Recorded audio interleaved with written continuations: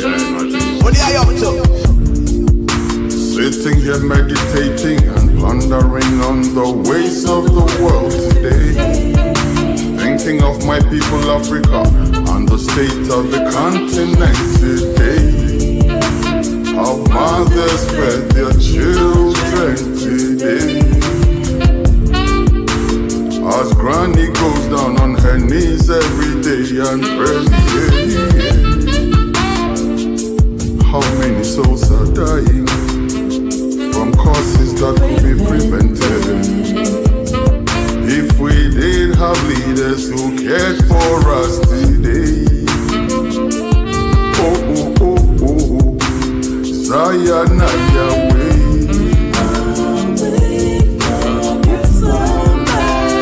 Zion, away.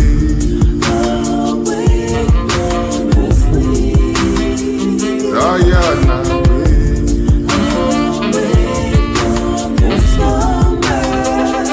Africa, rise, yo.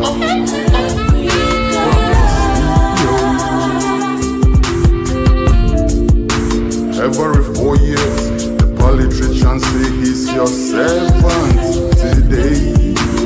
After you vote for them, they metamorphose into your masters. I say, have your say, we'll have our way, yeah. Not no strange, it's cow demon crosses. Meanwhile, souls are dying from causes that could be prevented. If we did have leaders who cared for us today. Zion, Yahweh.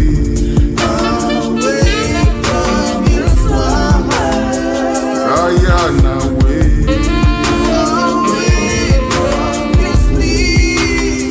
Zion, away.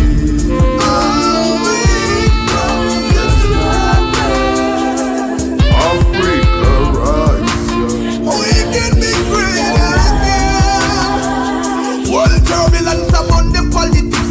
Never hypocrite, lava. Never ever quit, just a little bit longer. Victory is near, they're gonna disappear, go under. The leaders, them no care, never tend to share. Babylon quit, the shedding of blood. Your heart that goes up if you show no love. Stay away, consciousness. What we call the nation if for no righteousness. Just make sure the children live. I pray for the future generation not to give up this fight. I pray for the children of tomorrow not to sell out their birthright. Cause when I look afar, I see the strangers eating up your way. Another form of slavery is coming here again. And that's why people are dying from causes that could be prevented. Oh yes, we do need some better leadership today. Oh, oh, oh. Zion, Yahweh.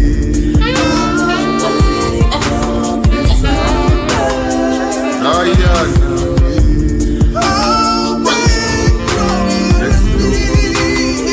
Zion,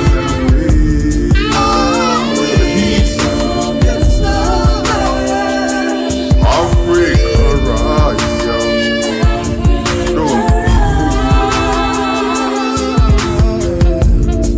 But as the day breaks, I see my people rising up again, shaking off all the shackles. I see my people shaking off those chains. The lion with the mane, blood of the slain will never be in vain. Never. No. We don't want to see no more people dying from causes No, that I want can be prevented. No more Richard better leadership today. I pray. Zion, Yahweh.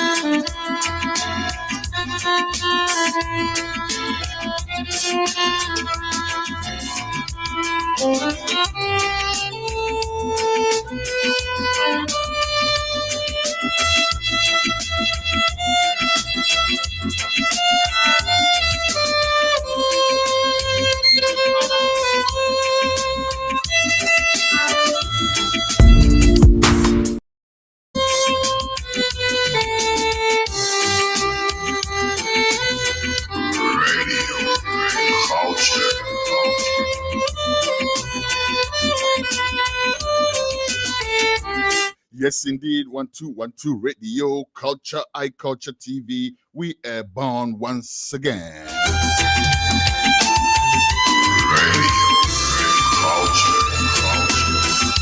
Yes, indeed. My name is Kusi, a son Bakun, and I'm reaching you from Studio One, Texas, USA. I'm ably supported by my team in Kumasi, Ghana.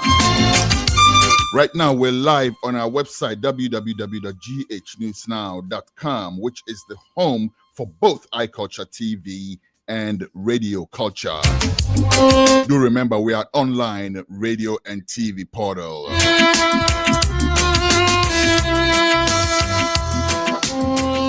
And kind courtesy, modernghana.com. We are also live on www.modernghana.com. Once you reach modernghana.com, search Radio Culture, and you will find us for easy listening.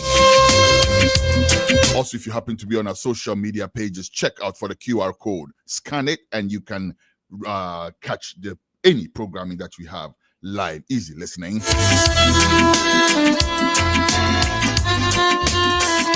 Yes, indeed. My name is Kusi, Eson Bako, and you are welcome once again to our weekly live stream. On today's show,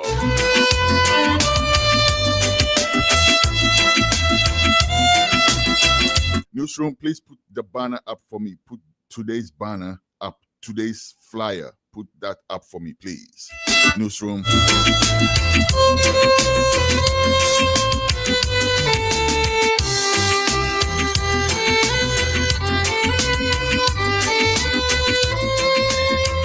But yes, indeed, we do have a very packed show for you today. On our first interview, we have Dr. Newlove Asamoah. Dr. Newlove Asamoah is a celebrated economist. Dr. Asamoah is going to help us to demystify the media budget presented by Finance Minister Dr. Ato Forson. On the second interview, we will have two legal brains. We have law lecturer Ben Haleem Moro, and also Dr. William Kusi, who is no stranger to this platform at all. Both legal brains who will be helping us to digest the issue of legal or jurisdictional challenges in the day of AI. Legal or jurisdictional challenges in a day where somebody can sit in a different country and slander somebody or publish something about somebody in another country where the jurisdiction may not have, you know what I'm saying, authority over where this person is coming from or where they're producing that material from. Today, we'll be reaching out to lawyer William Kusi and law lecturer Ben Haleem Moro to help us look at this issue. And also, we'll have my good friend Abdoulaye Diallo. Abdoulaye Diallo is a Guinean activist and community leader. He will join us on the continuation of our series, How Do Other Africans See Ghana? My beloved brother will be helping us to look at how Guineans see Ghana.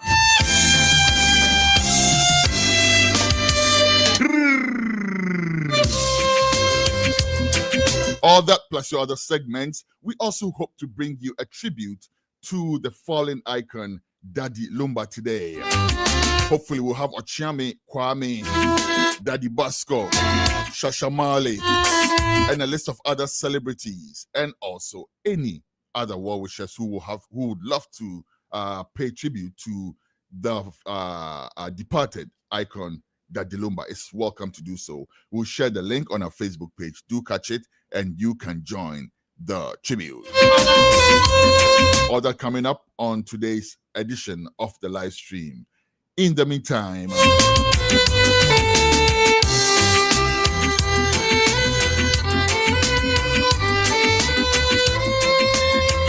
Newsroom, if you're ready, let's go for a quick commercial break. When we come back, our first interview with Dr. Newlove Asamoah. We'll be right back after this short commercial break.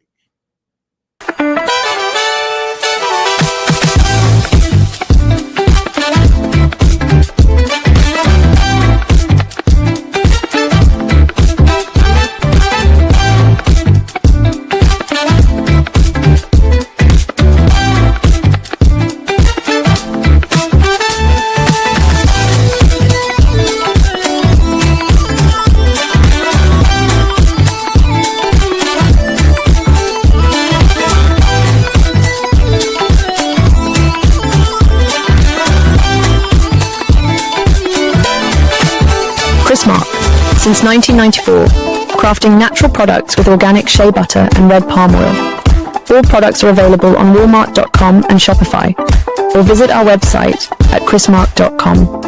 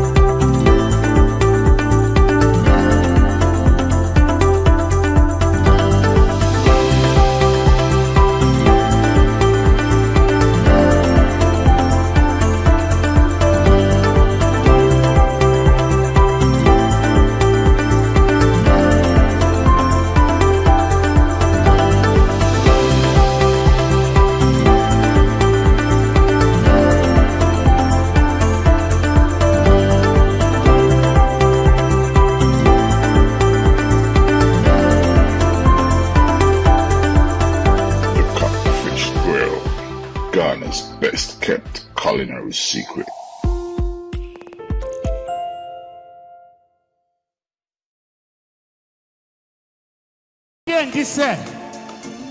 Yeah.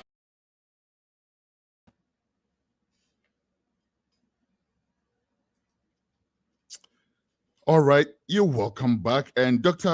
Asamoah, please, if you can hear me, activate your camera so we can go. I see you in the green room, but I do not see your camera activated. Please, if you can hear me, I did post in the chat anyway, but if you can hear me, there you are. Thank you very much, sir. So let's cut straight to our first interview with Dr. Gordon Newlove Asamoah. Dr. Asamoah is an economist, and he's going to help us demystify the mid-year budget. Doc, you're welcome to iCulture TV, Radio Culture, sir. Thank you very much, Kusi. Very much appreciated. Thank you very much. Doc, let's go straight into it.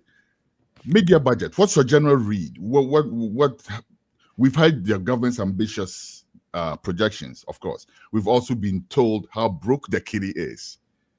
In between the two, and then hearing the mid-year budget, what's your general read? Well, thank you very much. And let me say hello to your listeners as well. And nice seeing you for the first time as well. Thank you. I'm sure we'll be speaking a lot more from here on. Thank you, sir. Definitely. Mm-hmm. Yes, we look at the projection from initially when the government read the budget, and then we look at the budget review, what has changed, and so on. Now, if you look at the time the NDC government took over in January 2025, we all knew before the election that things were not really good. The economy wasn't on the right footing, and that was obviously demonstrated by the kind of voting that went on. And then government took over and things began to get into shape gradually. So we began to see that the city was appreciating from maybe March they're coming. And then we realized that, okay, if the city is appreciating, then prices of fuel will be affected as well, because we are net importers of fuel. Then anytime the dollar is coming down, it will help the fuel price in Ghana to go down. And then we were all expecting the mid-year budget for the minister to tell us exactly what is happening. And then he came to tell us that, well, the city that is appreciating is not just coincidence, and that there are things that they are doing. And so the city appreciation or stability from now on is going to be very sustainable, meaning that going forward, the city may not depreciate to the level it was before December. We don't have to kid ourselves that the city will not depreciate. It will depreciate, but maybe not to that extent. And the minister also made us aware that contrary to what we all thought, that the government wasn't spending. That is why the city has been appreciating. The government, the minister made us aware that yes, they are not doing much project, but they have been spending a lot of money as well when it comes to the first quarter, how much they projected to spend. And from the figures given to us, about 80% of what the 85% of what they projected to spend for the first quarter has been spent. So, Doc, we'll get into the details of that. For now, Right. though, I just want to generally pick your brains on your general read.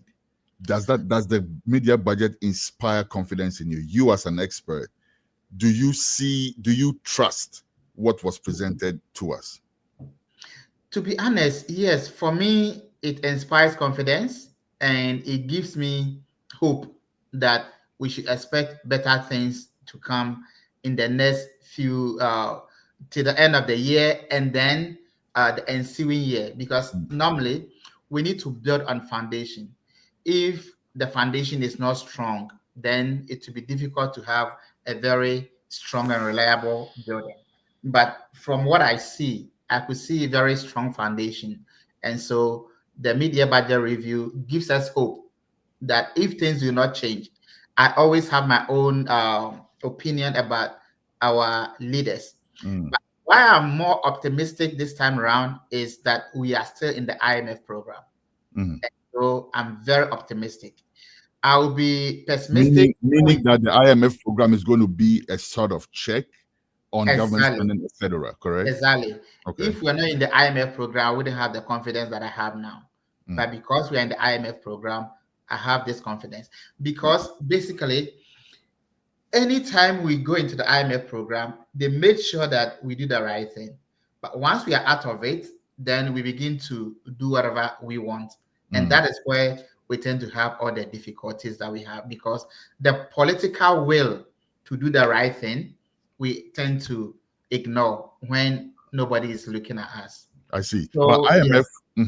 IMF aside, though, what do you see as some of the things that this government is doing right that's possibly reflecting in a positive outlook for you?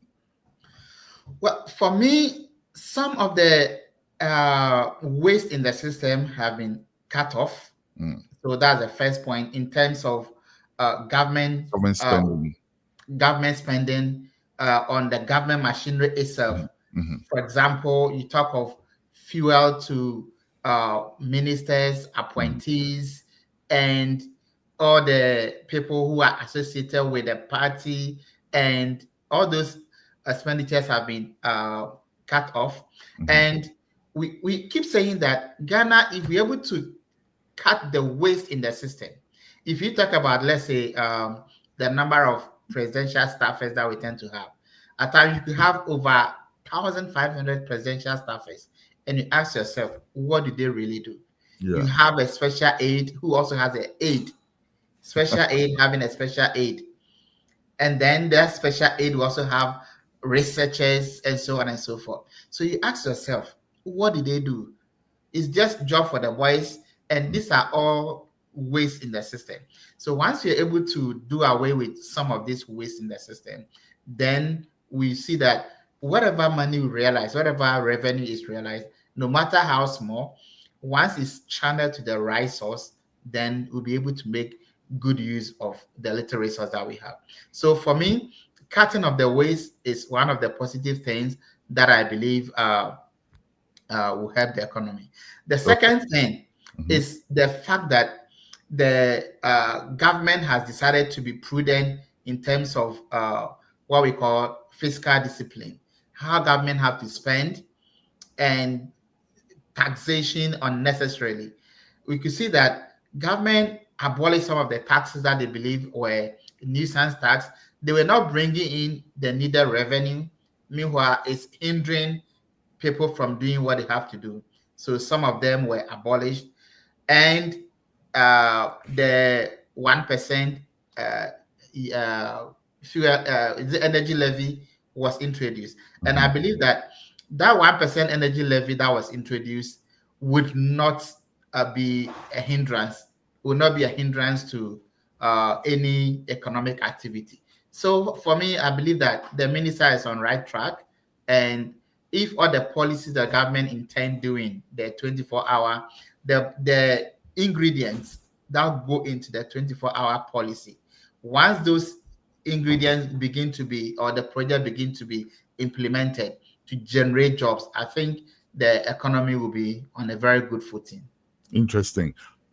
Doc, let's listen to this, or let's watch this short clip. When we come back, I want you to react to it. Let's watch this. Very much for this opportunity. In the first place, I think they have to present a very truthful picture of. Let's put that back and bring it back. What's going on? It's not. One moment, Doc. 7 months. Say half a year. What I mean is that the NDC government hasn't done basically anything, and they are coming. So they have not done. Yeah, that's what I'm saying. Even if they are even keeping watch of the money, that is something. No, so you don't take me out of context. Doesn't mean they are doing bad, because they are. You admit they are doing well. No. They are not doing well. They are not doing bad.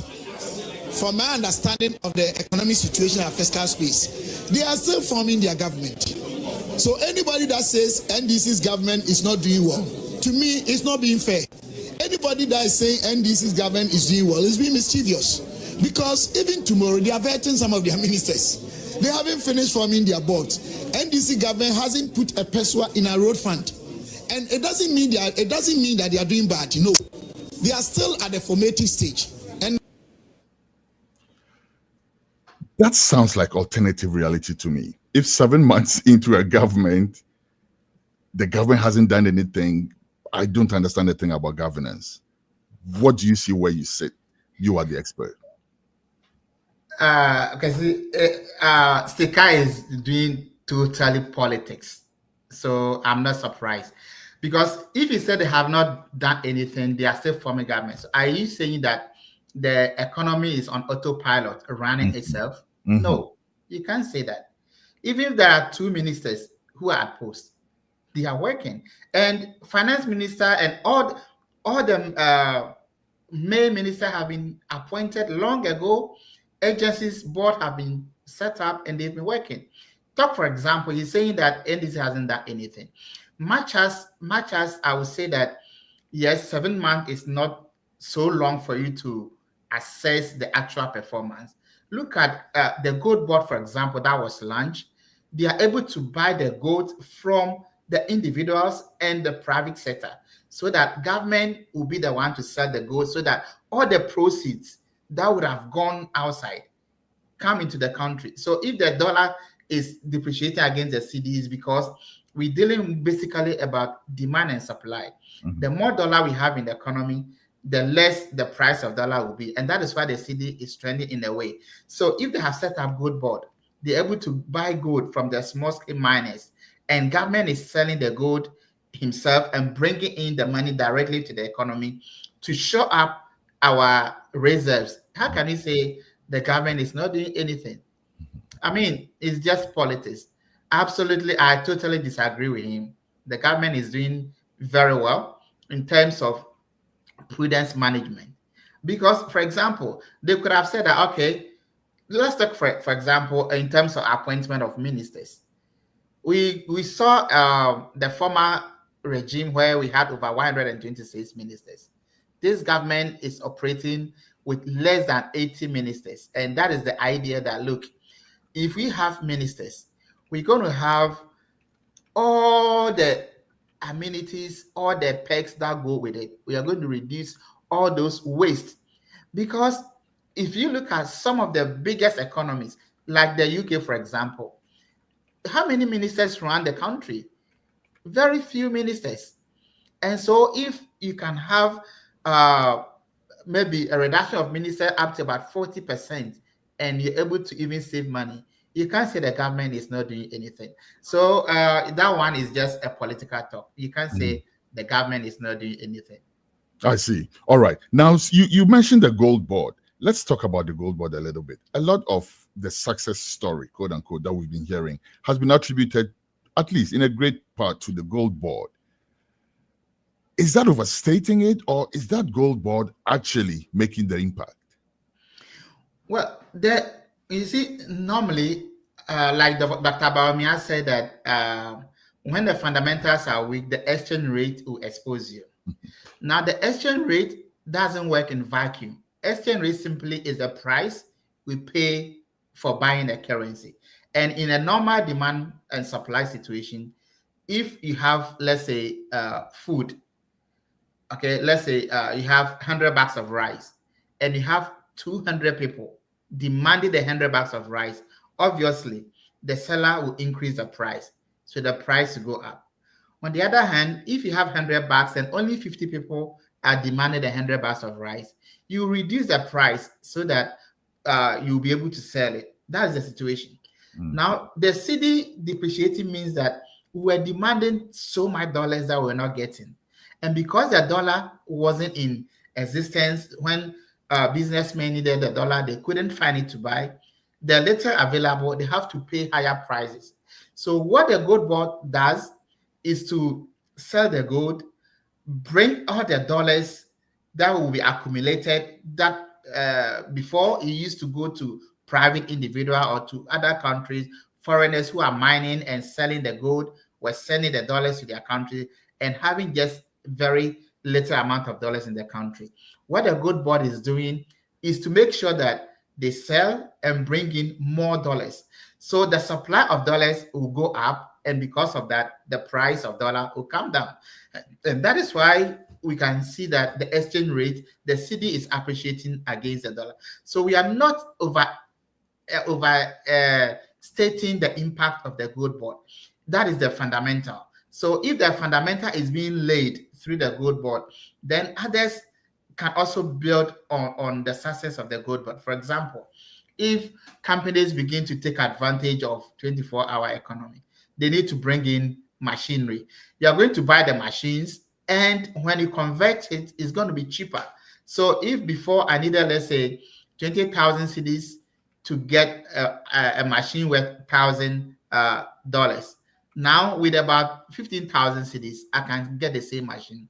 So we are using the gold board as a springboard that is helping us to stabilize the cedi, appreciate it, so that in terms of importing something into the economy, we'll be able to get things at a cheaper rate. And I think it's a very good thing. So we are not overestimating or overstating the importance of the gold board. They are really doing well, and that is the basis why we believe that the economy is on right footing. I see. Now, Doc, I want you to watch a second video for me.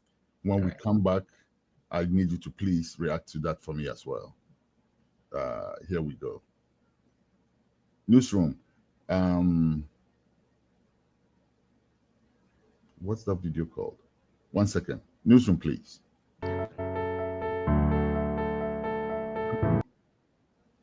My apologies, Doc. No problem. I will take you to key policy initiatives. Mr. Speaker, I now present updates on key policy initiatives outlined in the 2025 budget. Right Honorable Speaker, since its establishment in April 2025, the Ghana Gold Board has initiated reforms to licensing regime that governs the local gold trading sector and introduced new aggregation system to effectively mop up gold from artisanal small-scale mining sector across the country. These measures have already yielded tangible economic benefits within the short period of operation of the Ghana Gold Board. In the first half of 2025 alone, gold export from the small-scale sector stood at 51.5 tons with an export value of approximately $5 billion. This figure far exceeds the 26.4 tons which are with an export value of 1.8 billion US dollars from the small scale mining sector over the same period in 2024. Mr. Speaker, simple put, gold export in tons from the small scale mining sector for the first half of 2025 recorded about 100% increase over what was recorded in the year 2024. Similarly, the value of gold export from small scale mining increased by about 180% for the first half of 2025 over that of the same period in 2024. Mr. Speaker, for the first time in Ghana's history, gold export from small scale mining sector have exceeded gold export from large scale sector. That's where I want us to focus, because most of what I was going to ask you has already been answered by you in your previous submission. But I want us to focus on the latter part of that statement. One of the biggest problems Ghana is facing right now is the Galamsey issue, obviously. Yes. At the same time, gold exports from the small scale mining sector exceeded the major sector this year. As an economist, and I may be taking you out of your comfort zone for a little bit, can you see what do you see over there? Is that tied to the fight against Galamsey, for instance? Well, sometimes we tend to confuse the two, small scale mining and Galamsey. That's right. Small scale mining is legally permitted using the right method and making sure that you do not destroy the waters. Mm-hmm. When I was young, my dad is from the eastern region, Akwatia area, and when we were young, they used to do Galamsey. They go to River Brim, and they were doing this shallow. They just use shovels and stuff, and then they're able to wash and get this diamond and gold that they used to sell. We used to call it Galamsey, but it wasn't on a destructive level like this. Mm-hmm. So you barely notice any water changing because they were not using machine and stuff. Now, if you really want to engage in small scale mining, we have to do it properly, license them, make sure that they have a registered concession, and we have inspection at every point in time, making sure that anywhere that you mine, you're able to reclaim and plant trees to make the environment. But I asked this because I want to know if the Gold Board, with all its successes, have anything to do with this, for instance, because if it's, for instance, trying to barge into that sector, which is unreported, right, and streamline things, just like you're saying, and then also rope in that income from there. That's where my mind is heading. Yes. And I have a few more questions for you. So please, if you could wrap that up for me. And yes. So what I'm saying is that I was coming to say that the Gold Board could actually work together with the Mineral Commission and make sure that they streamline and make sure that activities are well regulated. And those who are doing the Galamsey, if they can give them actual mining license and regulate them to do the right thing in the right way, so that they can mainstream all of them to become part of the legal small scale mining, and then they'll be able to get all the gold from those areas. When that happens, they'll be able to even get far bigger quantities than they are getting now. All right. Okay. I want you to listen to another part of Dr. Atufor's. Mr. Speaker, earlier this month, President Mahama officially launched the 24-hour economy and accelerated export development program. Ghana's ambition. Let me just go ahead and ask you the question. Okay. Yeah, because we would have to spend time queuing and all of that. But the question is about every contract from now on has been mandated to be transacted in Ghanaian cedis. Dr. Forson says that the president has mandated him and the Bank of Ghana say every contract to be denominated has to be, transacted in Ghanaian cedis. Is this showboating? Is it populist politics? Or is this really something that is going to have an impact, though? No, I don't believe it's populist. I mean, last week I was teaching money as a topic in my class, and I was defining that the money is what is generally accepted as a legal payment within a country. Okay, within a country. So when the country accepts it as money, as a legal tender, then it's money.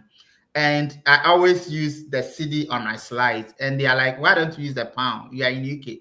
I said, "Well, because I'm from Ghana, I also want to sell my country, so I use the cedi because the cedi actually has a definition of money on it. The pound doesn't have the definition of money on it. What does that mean? Explain that for me, please. Yes, the cedi. If you take the Ghana cedi, they've written there, this note is issued on statutory authority, and it is legal tender for the payment of any amount. Yes. It is written on the Ghana cedi. The British pound is not written on it like that. I see. It just says, I promise to pay the bearer the value of the currency. Okay. So if it's £5, I promise to pay the bearer £5 on demand. But it doesn't define it the way the Ghana cedi defines it. Interesting. So it tells you that it is country specific. So Ghana has accepted that our currency for transaction is cedi. So nobody has any business pricing their things in dollars, because dollars are not generally acceptable in Ghana as a medium of exchange. And so the minister is right. They could actually make it such a way that it become enforceable, that whoever priced their product in dollars should be arrested. And that will be valid. And then we can find them in dollars then.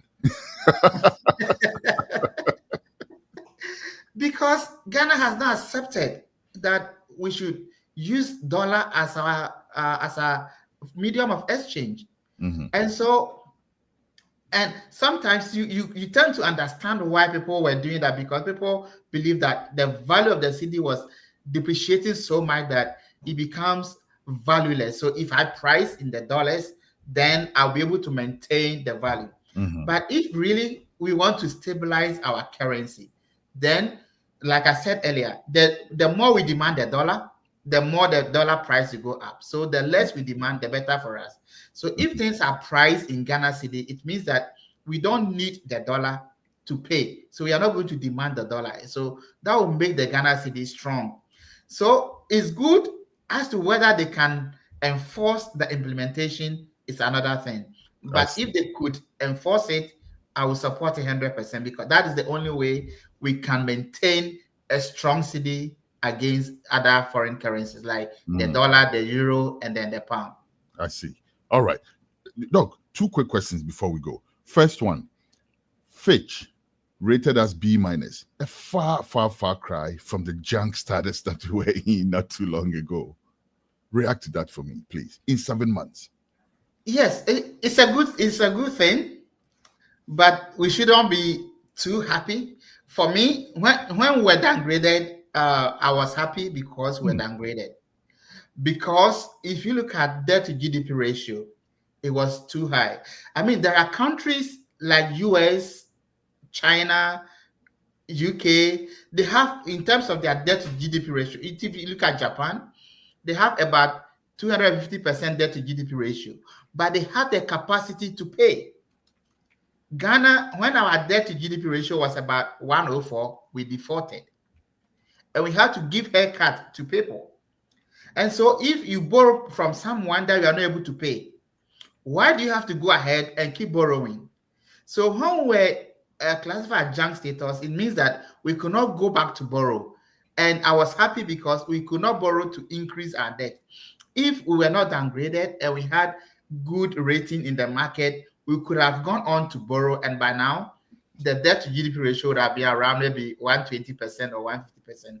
But so now that we have been restored to B- with positive outlook, is good in the market, but there should be a caveat that we should not say because now we have been reinstated to B+, so B-, so we are going to go into the capital market to borrow. No, borrowing. We should be disciplined and make sure that the debt that we have now, we should bring it to sustainable level. If you look at the figures the minister presented, because of the cedi appreciating, the dollar-denominated debt has come down, and so we have moved from about $700 something billion to about 600 billion debt. So we should not add it to it now.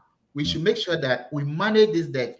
You remember when we did the DDEP, the debt exchange program, we programmed up to 2028 thereabout to pay the debt that we owe. So I believe that we should pay all those debt first, and then, of course, somebody will say then it will be difficult to do development. If you have to do development, we should do what we call smart borrowing, a targeted loans that can repay itself.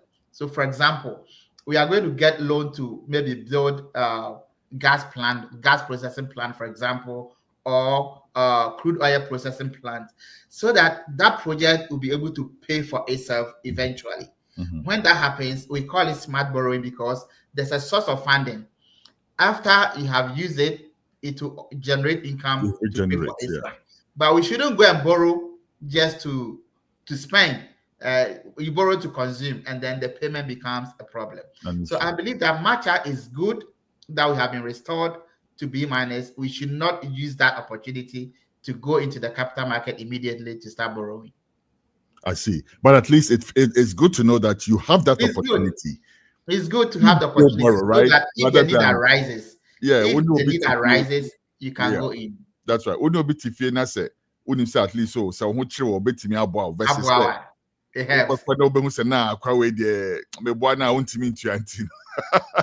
you know, so exactly. At least the status is good news. Thank you very much, Doc. Now, finally, please, before we go, one thing that I've been dying or living to ask you, I'm not, looking to die. I'm, but what I'm saying really is this, though. The previous government spent a lot of money, millions of cedis and dollars or whatnot, to dissolve some banks. As part of what we heard, the minister stated that the National Investment Bank, which is a critical bank, if you ask me, has been revived. First of all, I struggled to understand why they wanted to dissolve the banks in the first place. If you can quickly, please, give us the barest reasoning why it even made sense in the first place, and then react to its resuscitation before we go, please, though. Well, to be honest, some of us were not in favor of those banks that were closed or collapsed, because I always maintain that if you are doing your work very well, you are paying people at the Bank of Ghana to do supervision. Okay, so if they are doing their supervision properly with the commercial banks, they should not go into the situation that they were in. Now, somebody sat down, took all the money that we're paying them and refused to work. And then you end up collapsing the bank without touching those people who had a responsibility to do that. Now, before you came in, a report has been made that says that we could use a certain amount to invest and then supervise them to perform effectively. You end up spending more than twice the amount you could have used to save those banks. And I keep citing an example. When we have the banking crisis in the US, Lehman Brothers, when the housing prices began to go down in the US and there was this financial crisis, the government came in, pumped money into these banks to make sure that the banks are sustained so that they can aid in development. So they had no business, to be honest, collapsing those banks and paid double how much the banks needed to have survived if people were to do their supervisory duties effectively. So for me, it was refreshing to know that if you have National Investment Bank, where you could actually get support from to help businesses. Businesses will thrive when there's capital, when there's money. Most businesses, for them to be able to do it, for example, you're talking of having export-led economy, or even if you want to do import substitution, you don't need this small capital. You have to get a big capital to do exports. Produce to meet international standard requires a lot of money, and you require your banks to have very strong assets to be able to do that. So government come in to resuscitate the NIB to fund it. I think it's a good thing. It will help, especially if the government is to take industrialization seriously and make sure that we are able to produce for export, create jobs, because export create a lot of jobs. At the same time, it brings in the needed foreign exchange as well. So I believe that it was a good thing that the minister said they were putting more money into the bank to resuscitate. Even developed countries, they do sustain their banks, making sure that they do not collapse. Because when the financial sector is collapsing, people who even have money find it difficult to send money to the banks. And if people are not saving, how do you invest? How does the economy grow and develop? So I think it's a good thing. Fantastic. Awesome. Doc, I would love to sit in your classroom, and I would also love to have you back on the show some other time. Thank you I'm very always much. available. Thank you so much. Thank you for helping us break down the media budget. The important parts that we wanted to get clarity on, you have helped us do justice to that. Thank you very much. And the best of the rest of the day to you and your family. Thank you very much and enjoy. All right. Bye then.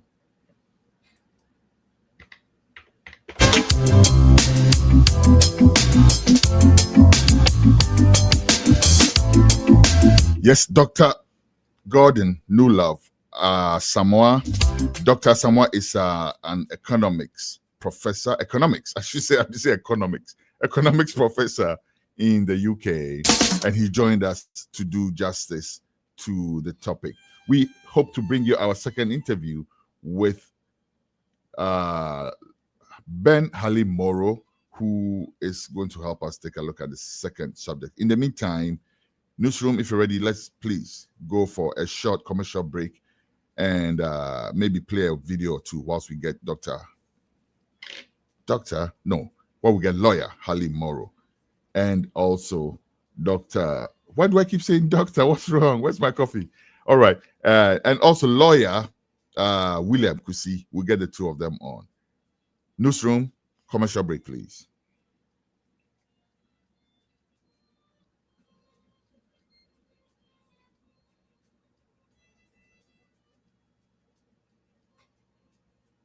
Is there anyone in the newsroom? Commercial break, please.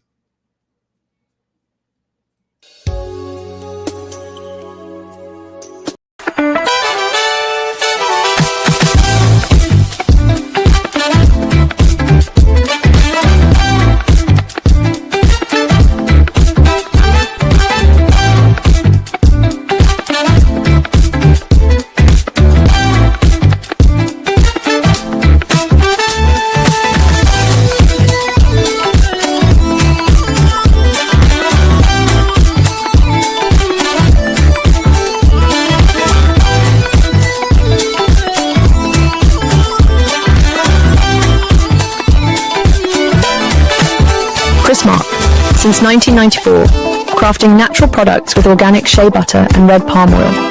All products are available on Walmart.com and Shopify, or visit our website at chrismark.com.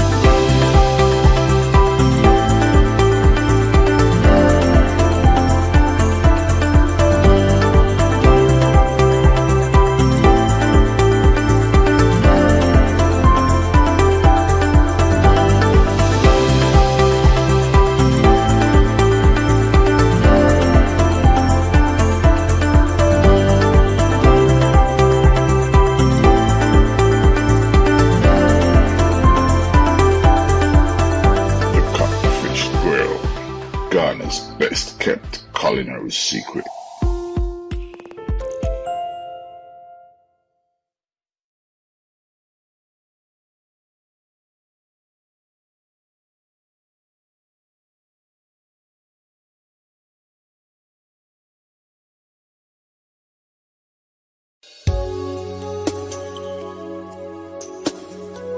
Welcome to Tucson Hotel, your ultimate home away from home. Located in the serene town of Ejisu Ichakrum, just off the Jabin Road, we offer you a haven of comfort and luxury.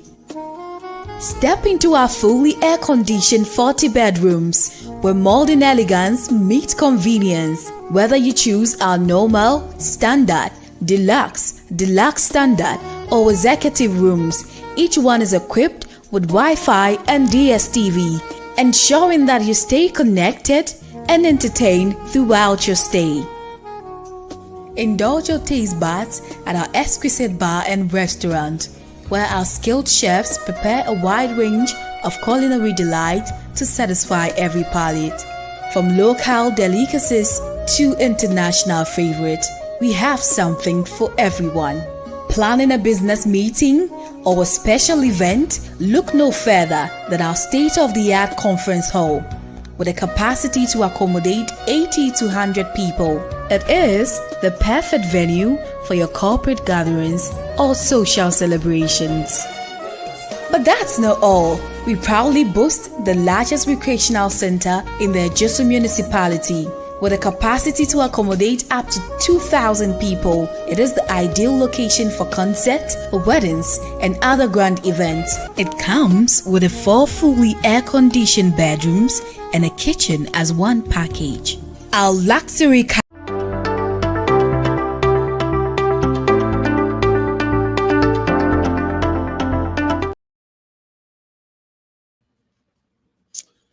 All right, and just like that, we are back. Thank you very much for staying with us. And we bring you our second interview for the day.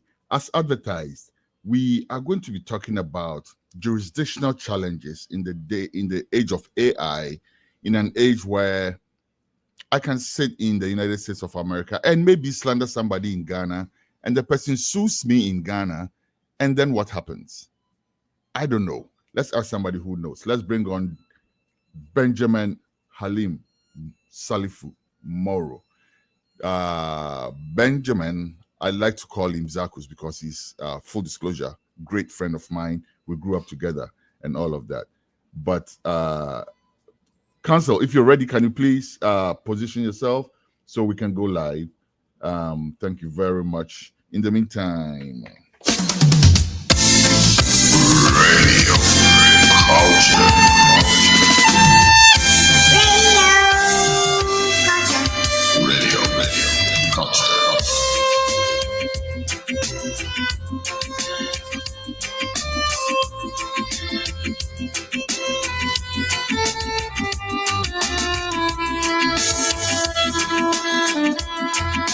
Okay, lawyer Ben, if you can hear me, please position yourself. I can see your camera is activated, but I'm not sure what's going on there. If you can please settle down so we can start the interview.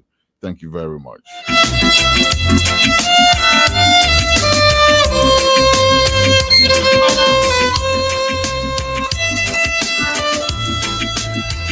We will also be joined by lawyer William Kusi, but we're waiting for both of them to join us. In the meantime, let's go for a spot of refreshing Agbaja from the Minister of Tourism and Culture.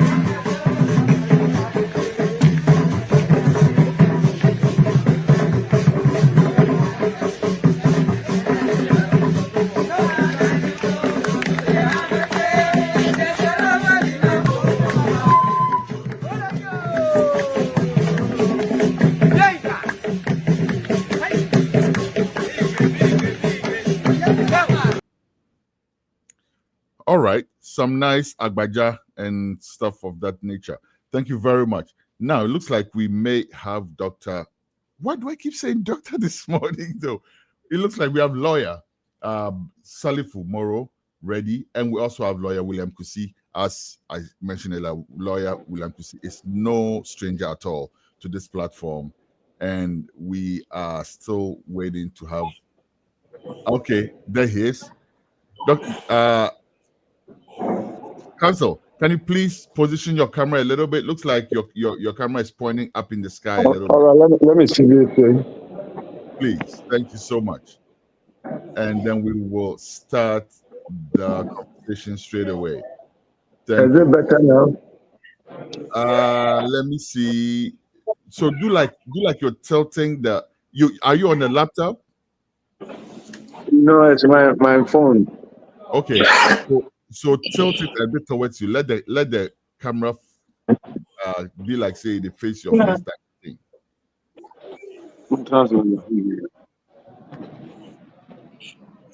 The other time, I think I need a lot of tutorial. I actually saw you at some point when you were in the green room.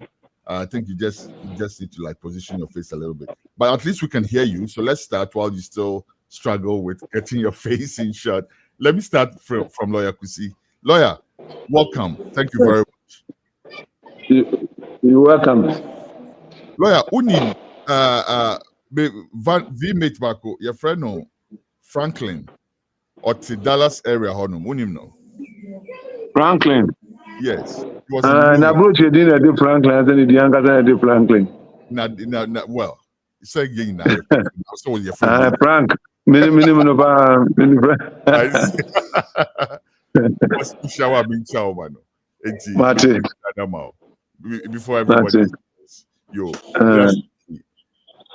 Now, lawyer, yes, starting through. So, share the challenge of jurisdictional challenges in this day. I give an example. Maybe I'm a cancer, maybe I'm court or Ghana. What are the challenges there? Say, courts now they require on me effective justice for you. I mean, to mean within that jurisdictional, zone. Okay. Now the procedure in proceeding in court against somebody who is outside the jurisdiction. Civil procedure acquire a faso. Etimi sama will be a one to Ghana, Krania, the process is manu. Na Yamani Mresuniano or Paumpa lawyer or Ghana. And the rules provide for that. And it's Ubiniha Mapasa Samana, Mrama Quine, actually, a faso. I think Samankrata question in Sa. Usually by a courier service. And they will track it and see that the person has received it. Once it is received, there's a period of time for the person to respond. If he doesn't, the presumption is that he doesn't intend to challenge the action. The court can then proceed to hear you and give judgment. And that is how it is. Okay. In a criminal matter like you see with the former finance minister, he can be invited to Wama. Declare so a fugitive. Now steps a bit taken international to get money and staying outside the jurisdiction doesn't provide a ground for you to either offend somebody and go scot-free. There is provision in the rules to get you to be served. And if you don't respond, the court can proceed in your absence and make orders against you. Okay. Now, actually, the reason why I wanted you to join the conversation, because of current issues going on. Last time I know, Kasa, you said something, I'll bring you back to it. But Council, Salifu, Moro first. Council, still a young woman, Papa, but better than before. Oh, okay. I'm doing my best. There you go. Now you're talking. All right. Yeah, let me say good evening to your cherished listeners. And then also to my senior. Good evening. Yeah, William Kusi. Yes, I think he has said it all. Yes, sir. Council. Yes, sir.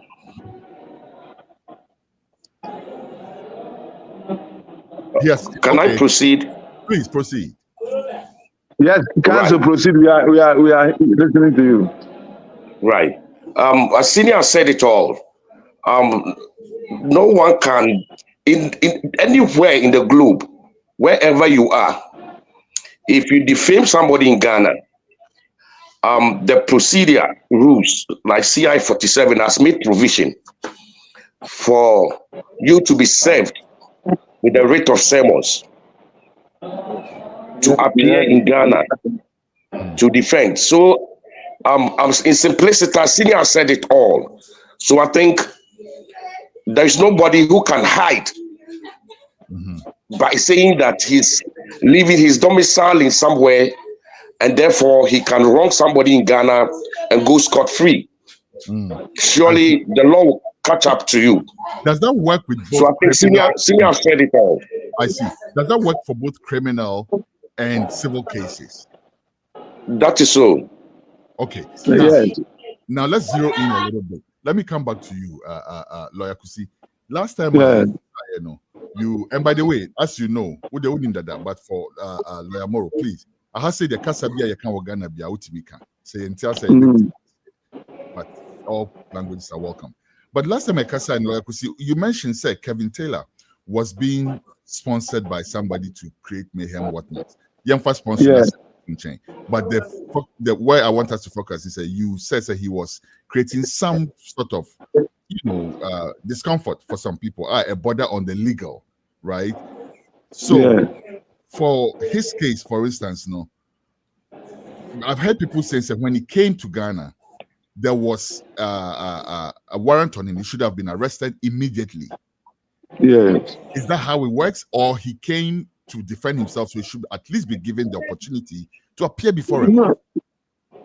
Yes, you see, bench warrant as it is only issued when a party refuses to appear before the court to defend himself. And if the thing borders on criminality, then the court can proceed to issue bench warrant against the person. Okay. It is a bench warrant that will bring the person. Lawyer, please. But because we are zeroing in, I want us to get certain things clear. From what we hear, maybe you can tell me different. But the judge was actually sitting over a different case and then issued a warrant during that case without giving him the opportunity to respond. And let's factor that in. If it's wrong, then but that's what. In fact, there's no practice where somebody is given the opportunity to respond before bench warrant is issued. We don't do that with bench warrant. Absconding warrant, all warrants, if you talk about absconding and civil procedure, you don't give notice. You will just explain to the court why the person would abscond.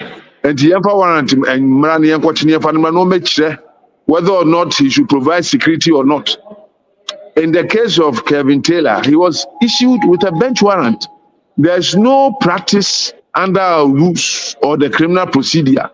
I'm a big months and I issue bench warrant. So if you ask me, I don't want to criticize the Supreme Court unnecessarily, because the law is their opinions.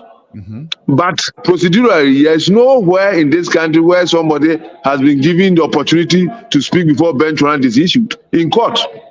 When you are warned to appear before a court and you don't come, the court issues bench warrant for your arrest. And so I am surprised to hear the Supreme Court just say that the person was not given the option. The opportunity was for him to appear before that same court, and so I didn't come because of A, B, and C. Then the court will rescind the bench warrant and give you the opportunity to be heard. I see. Isn't there a conflict though? Isn't there a conflict though? Because and Lawyer Moro, maybe you can take this, because first of all, basic justice procedures. Everybody should be heard first, right? Outside the jurisdiction, you don't give them the opportunity to respond to Bonina or Sewayan, and then you just issue a bench warrant. Is that how we're saying that works? Yeah, right. Basically, the principle of natural justice, it has two legs. The nemo judici casasao, that is being a judge in your own court, and then the other principle, Odiatran party, that's the hear the other side, plays an important role in our legal jurisprudence. But in as much as this plays an important role in our legal jurisprudence. When you are being served to appear before a court of competent jurisdiction and you refuse to come, that is when you are served with a notice to appear and you refuse to honor that invitation, it is deemed that you waived your right to be heard.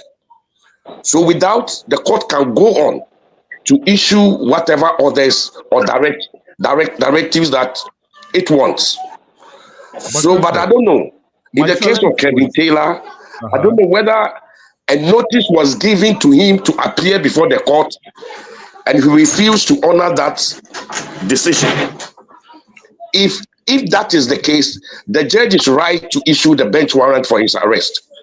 Okay. But then if he has not been heard on whatever is before the court, then I think there will be a breach of the principle of natural justice, which is the ODR Trump pattern. Here they are decided. Exactly.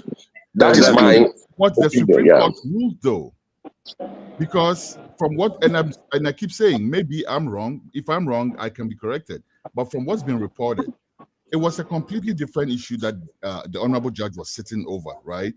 And then he decided midway to place a bench warrant on Kevin Taylor, which means to me that he had not been given a fair hearing. It is not true. That is not factual. Please, okay. It's not factual. Can you correct Kevin that? was given notice to appear. He didn't appear, and the judge issued a bench warrant.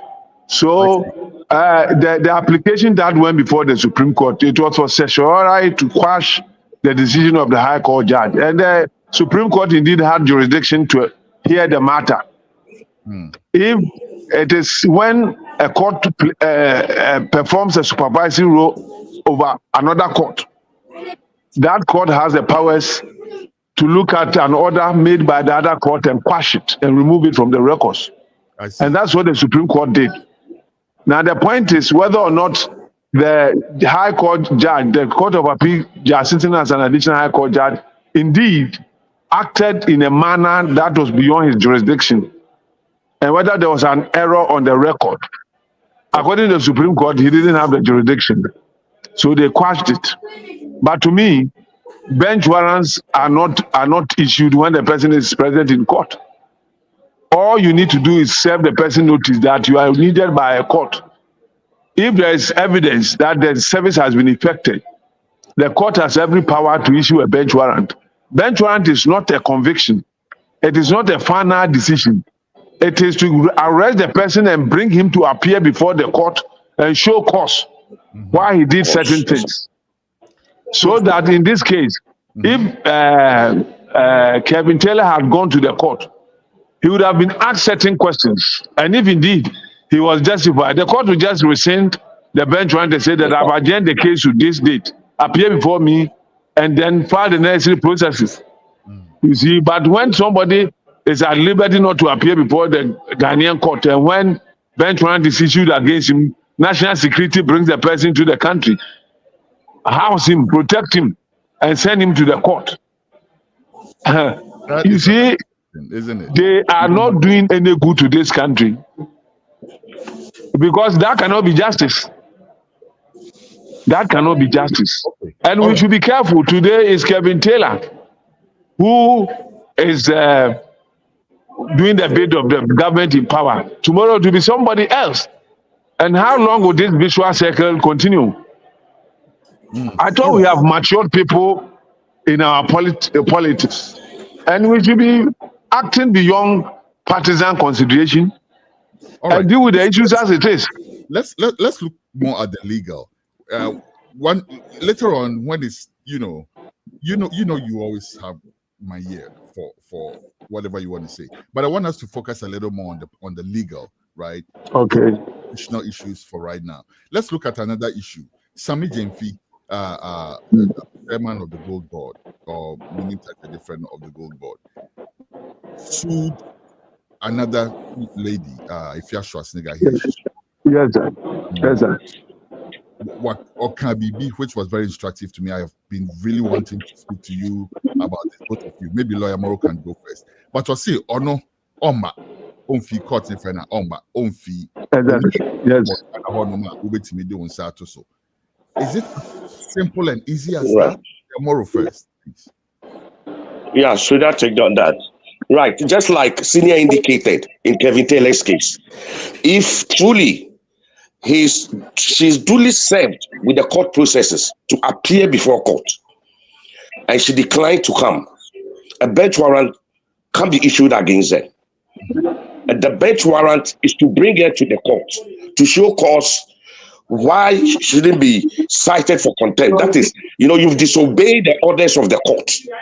You understand? The High Court, with its supervisory jurisdiction, has a right to cite you for contempt.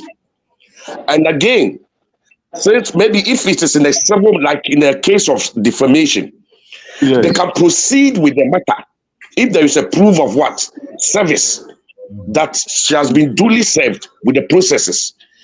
They can proceed with the matter without her, and the judgment will be given against her. So, I mean, that is the position of the law.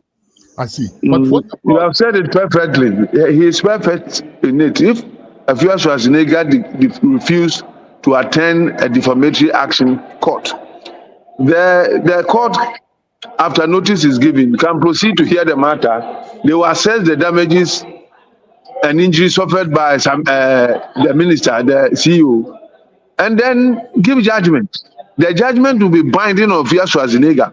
He can enforce it on her. That's my follow-up though, because here is a case. First of all, one can say for you to do anything punitive to her. Secondly, Osi Onishe, that's debatable. But Osi Onishe, so how do you really enforce something like that? That to me means Onishe, I won't unknown too. Oh, baby. Eduru ano be hu so baby obetimi anje judgment ne kura da obenya japade bi obeje exactly. The last time obetimi monitor no oto car no akoche oto bicycle no aje ne kitchen utensils no akosesa. I mean, enforcing a judgment in that nature is easy. You see, so it is better for Afia Schwarzenegger to apologize to Sami Jemfi. Exactly. And see if as a CEO he will consider him, and then probably move on. And let me say this, you see, we should not be joking with the law. We should ensure that whoever does anything against the law is dealt with. So Afia Schwarzenegger cannot go scot-free when he says something about Sami Jemfi, which is not true, which would defame his character. Yeah, dear, you too, when Grofose free Agrada. Agrada's conviction to me is a wonderful example to all those people who are doing that charlatanic advert on TV and other places. And please, let us support the law when it is right, so that we can develop our country and there will be respect. You don't just say things about people and go scot-free. I see. Right. Let me add something to what Senior has just said. You see, when they issue an execution order, the order lasts for a year and is renewable. So it will be an albatross on Afia Schwarzenegger's neck until the order is executed. So she shouldn't think because it's not within the jurisdiction. Entire lifetime. Yeah, it could be because it is renewable yearly. Any execution order is renewable yearly. Just like Senior said, over to 10. Then you go into execution. Oko baby ko draws crana no waje ni atie film ya quantify ni atie film sa police say sikana ya de tone so no what we I hope you understand. So people shouldn't joke with court orders and those things. That is very interesting. Thank you very much, counsel, law and law. Please, before we go, generally speaking, before we come up with the last question, there's also the issue of AI, right? Artificial intelligence. Somebody take something and create something, even in the form of a meme, and put it on the internet. Do all those things count? Semi-for BBA, me draw cartoon be na cartoon itself. And these things are new. In these days, they are manifesting as AI. But back in the day, cartoonists were sketching politicians, and could you sue them for that? For instance, guy and your friend is saying, tilapia, for instance, right? Would funny, how does that work? But let's even forget tilapia. In the age of AI, what are the challenges? What's the name? First. You see, AI, there are laws that have been drafted specifically to deal with it. So, in the cartoon that you are talking about, if you come to defamatory actions, innuendos can also constitute defamation. And the old drug cartoon will be who imply something as a Nipan Bitmia, LED evidence, or no, now what they're going to you will be punished. And internet fraud, internet defamation, and all that, the law is looking at it, and there are laws governing it. You cannot just do anything. And you must admit, Ghana, the SS is not awesome. In the face of this AI, any social media, SS is not awesome. Look at the kind of language they use. Exactly. Kevin Taylor is one of the victims. Any background friend is saying, if you're Schwarzenegger. Yes. Those have been an example. Attempt the DNA, we have to be worried. You get the point. We want to develop our country. We want to be like the developer, but the SSS are too much. So if the course does not take steps to prevent those things, and to get out of hand, Kevin Taylor, there no be President Mama. And if you must at studio, anybody president member, should that be the case? Can't we respect the presidency? And please let us support the court in dealing with these issues, so that everybody will be careful. It doesn't mean we shouldn't talk about a politician or a public figure, but in doing so, have it in your contemplation, especially when it is not true. You get the point? Especially when it's not true. Let us be measured by what we say, so that we can proceed as a country and develop the country. But if insults, and in our culture, we don't insult the way they do. If as some other countries do, we don't. And you saw Haleem Posana the open. Now, a time will come, they will send people about after those people. We are in a global village, Kevin Taylor. So because of attacking the US, it's not difficult. And let us not go there. The judicial itself should be mindful of that, so that even the day they were rescinding they were rescinding the benchmark, they should have reprimanded him for the insulting behavior. That's all. Then you say that, well, you need the right to be heard, so we'll rescind the decision. Because there's also freedom of speech. And for instance, here in the United States where I live, there's this famous comedian called Stephen Colbert, for instance, who was openly asked the president to go F himself. He's called him a fool. He's called him any and everything. But the truth of the matter is that even when they are calling them those things now, it's refined in a certain way. Yes. Right? Even those and you see, in the context of a comedy, we know the person doesn't mean it is joking. Is that not it? I mean, that also. And to comedians, some of these guys are comedians. But let me bring Lawyer Moro in as well. That was the question I was actually doing. Africa of insults. Right? Especially for a politician, the Timika Bibia the post, just like that. How much are we protected against these things? Let's say I'm not a politician. Let's say I'm just some average Joe who doesn't even have the money to hire a lawyer. And then somebody goes and says all manner of things against me on the internet. What are my options? Lawyer Salifu. All right. You see, Syria almost have said all what I have to say. But then, just to add to it, you see, in respect of the AI stuff like that, in the formation, we have something we call Inyadu. You understand? When even if it is a sketch or something, but you can refer it to a particular person, the person has a cause of action in court. If actually what you did, the cartoon that you did, defames him, he has a cause of action in court. So with the AI and those two, though there are laws that will come and regulate it, but then still you cannot hide behind AI and then insult people and go free. You see, there's one thing I want to add.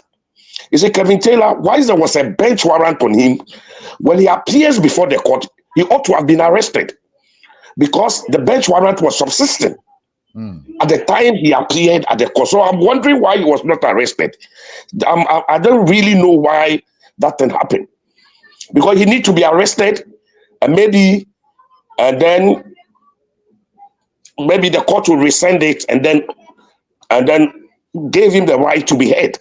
But I was shocked because there was a bench warrant on him.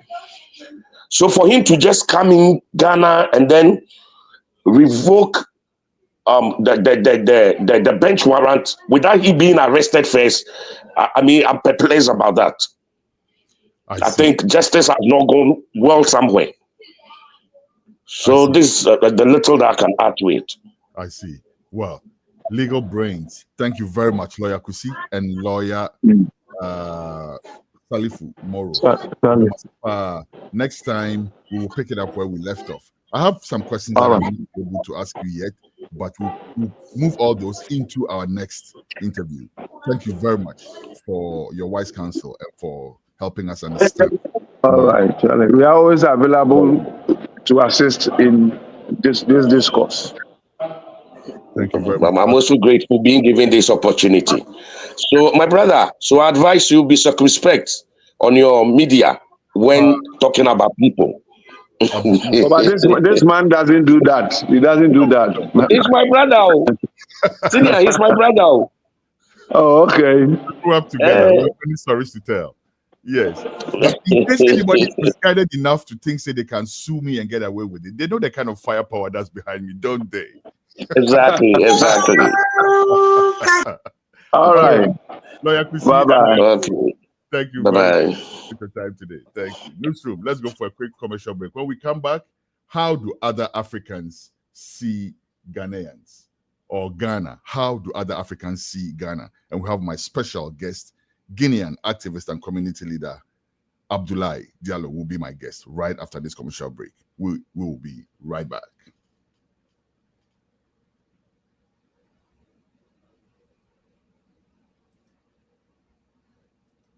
Making healthy food choices are a daily challenge for most people. You see, the food you eat can either be the safest and most powerful form of medicine or the slowest form of poison. Introducing the Green Health Pharmacy and Functional Medicine Clinic that gets to the root cause of your disease. We present to you the True Green Foods brand that allows you to enjoy healthy food options without sacrificing the foods you love. True Green Foods have low-carb swallow options for fufu, banku, tuozafi, eba, kenke, amala, and semovita. Good tasting and supremely delicious without compromising blood sugar, blood pressure, cholesterol, weight management goals, and all diseases that one may be battling with. They also have a low-carb replacement for oatmeal, grits, and cream of wheat, which are highly dense in carbohydrates. Check out Alta Oats, Beta Oats, Clean Oats, as well as Kajma Porridge and Cream of Lacca when you visit our shop. The breakfast options are not just delicious, but meet the standards of an anti-inflammatory diet.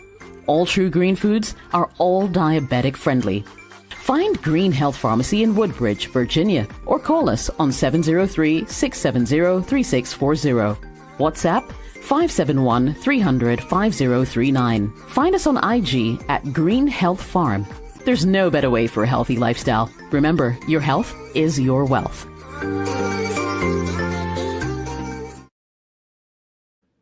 All right. Thank you very much for staying. We are back again. Remember, we also have the special tribute for Daddy Lumba for you. That wasn't advertised because at the time that the publicity went out, we had not yet heard the unfortunate news of the demise of our icon, Daddy Lumba.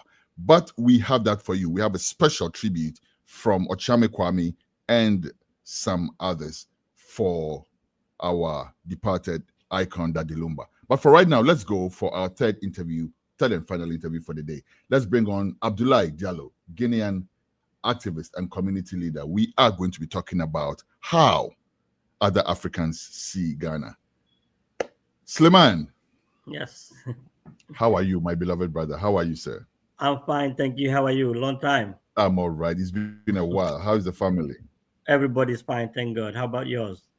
We are also doing great. Thank you very much. Okay, so we brought you here today to talk to you about how other Africans view Ghanaians. Let's start from there. Generally speaking, how do you, and let's have you introduce yourself first of all so people can put it in the proper context. Please introduce yourself to us. My name is Abdoulaye Diallo. I am currently serving as the president of the Guinea USA Chamber of Commerce. This is an organization that helps Guinean people living here in the United States that are doing business, basically find their way. And also, we also help American companies that are interested in investing in Guinea. We guide them, create the proper connections for them to make sure everything goes smoothly. So that's what we do. And I've been president for about a year now. And this is a 2-year term. The chamber is fairly new. I am the first elected president of this chamber. After that, maybe somebody else will come and replace me, but I will stay within the chamber and continue helping. Or you might be re-elected, correct? Yeah, I might be re-elected, but it is a lot of work. I don't think I will be seeking another term. Well, judging from your acumen, I would pray that they re-elect you for the benefit of that same organization. Thank you very much, Abdoulaye. So you also are very active in your community, right? Apart from the business and all that, you're also a very social person. You're a very, active person among the Guinean community. That is true. I led many other organizations before leading the Guinean president. For instance, there is an organization called Portal Fib Antalimin United for Development. I was president of that organization for about 4 years. I'm still involved with that organization, and we organize a lot of cultural events. We organize demonstrations when there are violations of human rights in Guinea. We also do advocating and help people, guide them when they want to start a business, when they need funding, things like that. Through that organization, we finance or help more than 1,500 people get access to business financing. We help more than 500 people have housing, like whether they buying a house or they looking for a low-income housing. So I am active with that, and we organize a lot of conferences within that organization as well. I see. All right. So now back to that question that I asked you. Generally speaking, have you encountered Ghanaians? What do you know about the country Ghana? How do you feel about Ghanaians in general? Let's start from there. All right. It is a very wide question. I know many Ghanaians, Mr. Kusi Bako being one of them. And when talking about Ghana, there are many things that come to mind in the political context, in the economical context. The people of Ghana, the culture of Ghana, the history of Ghana. So all that comes to mind. So I don't know which one should we start with, because there are a lot to say when it comes to Ghana. So, well, when you meet a Ghanaian person, first of all, and let me share this. Maybe you remember, maybe you don't. Yeah. But we worked in a certain facility, maximum. That is true. Facility at some point, you and I. And I remember the first day I walked in and you came to me, and I mean, I was surrounded by all different people, and all of a sudden you walked to me and you kind of like, I felt like you were like, hey guys, stand aside, he's my brother, leave him to me. Like, exactly. Because like, I felt such a connection straight away. Is it just because I was African, or did it have something to do with me being from Ghana? It had something to do with you being Ghana. And prior to meeting you, I met with Ghanaian people before. I found them to be friendly, vibrant, hospitable people, and really very welcoming. The only sad part about meeting the Ghanaians, all the Ghanaians I met them in the workplace, So I couldn't really be that free, have that social like that. open, interaction with things. So I have to keep that professional level because it is at workplace. But in general, all the Ghanaians I met, they are friendly people, vibrant people, hospitable, very welcoming. And that's why when I knew you were from Ghana, I felt like he's my brother, he's one of me, he's part of me. We are all from West Africa. We share this common history, particularly because of the relation between Sekou Touré and Kwame Nkrumah. That's right. And all that. So and we used to talk about that a lot. Yeah. Back in the office, right? Yeah, exactly. All right. Now, from news point of view, from what you also hear about Ghana, what's your read? What do you hear about Ghana? Right now, my reading and my interaction about with people about Ghana is that when it comes to politics, Ghana has been really thriving since 1992. There haven't been any major political issues, and Ghana is right now considered as a role model when it comes to democracy in West Africa. It doesn't mean that everything is perfect. There are still little things to do here and there. But when you compare Ghana to the rest of the countries in the ECOWAS system, Ghana is right up there compared to the rest of the countries. So this is something really positive, and it is one of the rare country, except maybe Senegal, where you see an opposition candidate come and beat the incumbent president or the ruling party. So this is something really positive about Ghana that people talk about. People who actually are not from Ghana, they talk about and say, look at Ghana, why can't we be like them? Look at Senegal, why can't we be like them?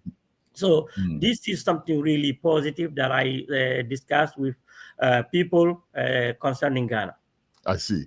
Now, let's talk about our culture also. We share a whole lot in common. That is correct. Whole lot, right? When you meet a Ghanaian person, what are some of the similarities that you find with them? And what are some of the differences that you find with them? So the major similarities come with the food. So like we share a lot of food. We're saving that for last, but since we started talking about food already. Yeah. So food is something we share in common, like the futu and many other food related to that. And I like the dry fish. I know Ghanaian consume a lot of dry fish. When I used to live in Brooklyn, I used to go to a Ghanaian store to buy dry fish. That's the only place I could find the fish I really enjoyed. So that's one of it. And the other part, like one of the differences is the festivals. Ghana organizes a lot of festivals that we don't organize in my country, and these are like cultural rich festivals that I really love. I sometimes go to YouTube, Google them, watch, and I truly enjoy it. And your clothes, kinte, proper to Ghana, like that's a true Ghanaian identity. I don't know if Ghana has done any major work to protect the copyright.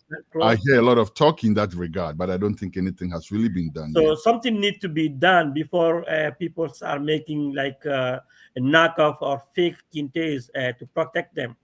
Like in Guinea, for instance, we have, depending on which region you live, we have different type of clothing that are like traditional. For instance, in the Futajalo region, we have something that's called a lepi.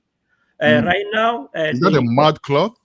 Is that what we call mud cloth? It's not mud, really. It's done with some coloring. They use some type of leaf to color it. It's usually like dark blue and white, and they have different type of drawing on them. So as of today, it has been protected because before the protection came in, some Chinese companies started producing the same type of clothes, and then right there and then people started, and when they protected the copyright, nobody is allowed to make something that look like it. That's Now interesting. there is a mud cloth that is done in the forest region that is also on the point of being protected.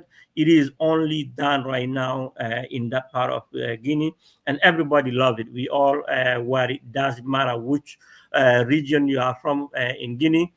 We wear it because it's like a cultural identity. It's something that belongs to us. It identifies us.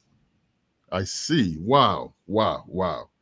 I am learning more than I thought I would be today. Seriously. Okay. Now, Abdul, before we go, let me kick back a little bit to something you said. Ghana, Guinea, Mali, that alliance, right? Yeah.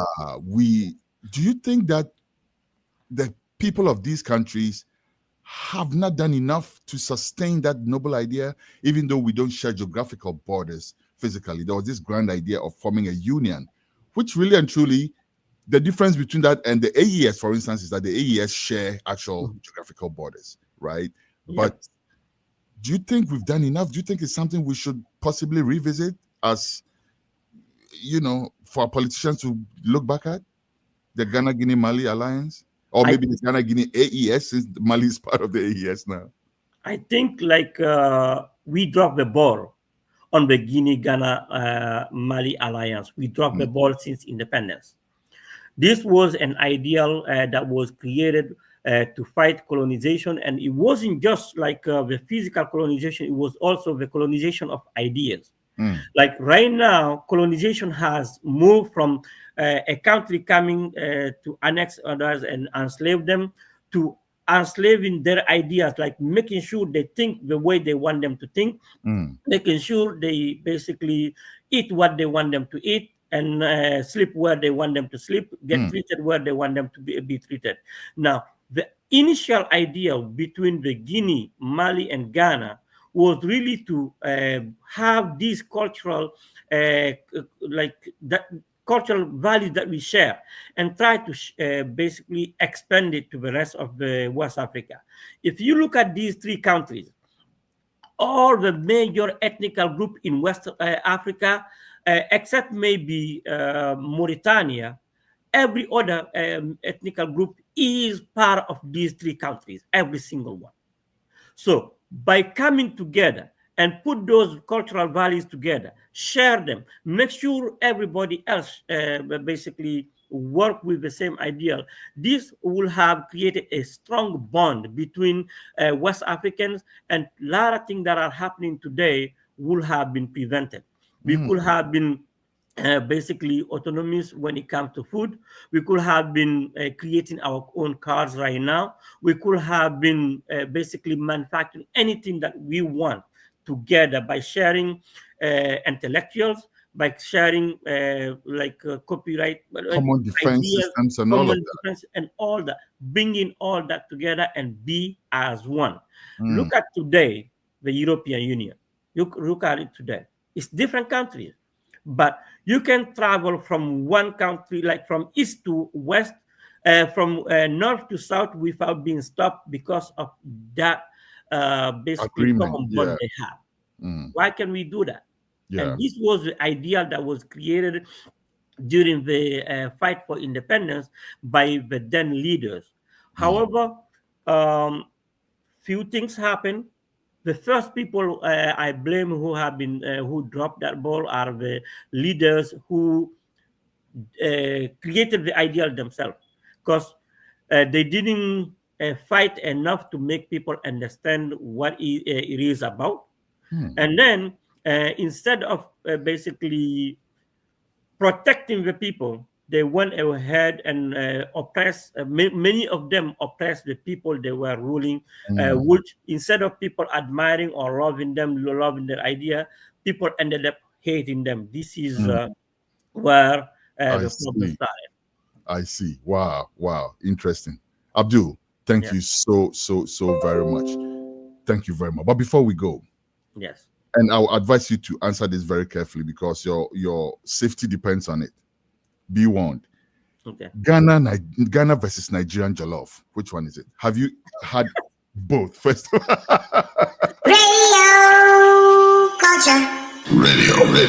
culture. So Ghana versus Nigeria jollof. I love both them. Nigerian jollof and Ghana jollof. I love both them. Before I speak about jollof, I want to speak about something else that is related to culture.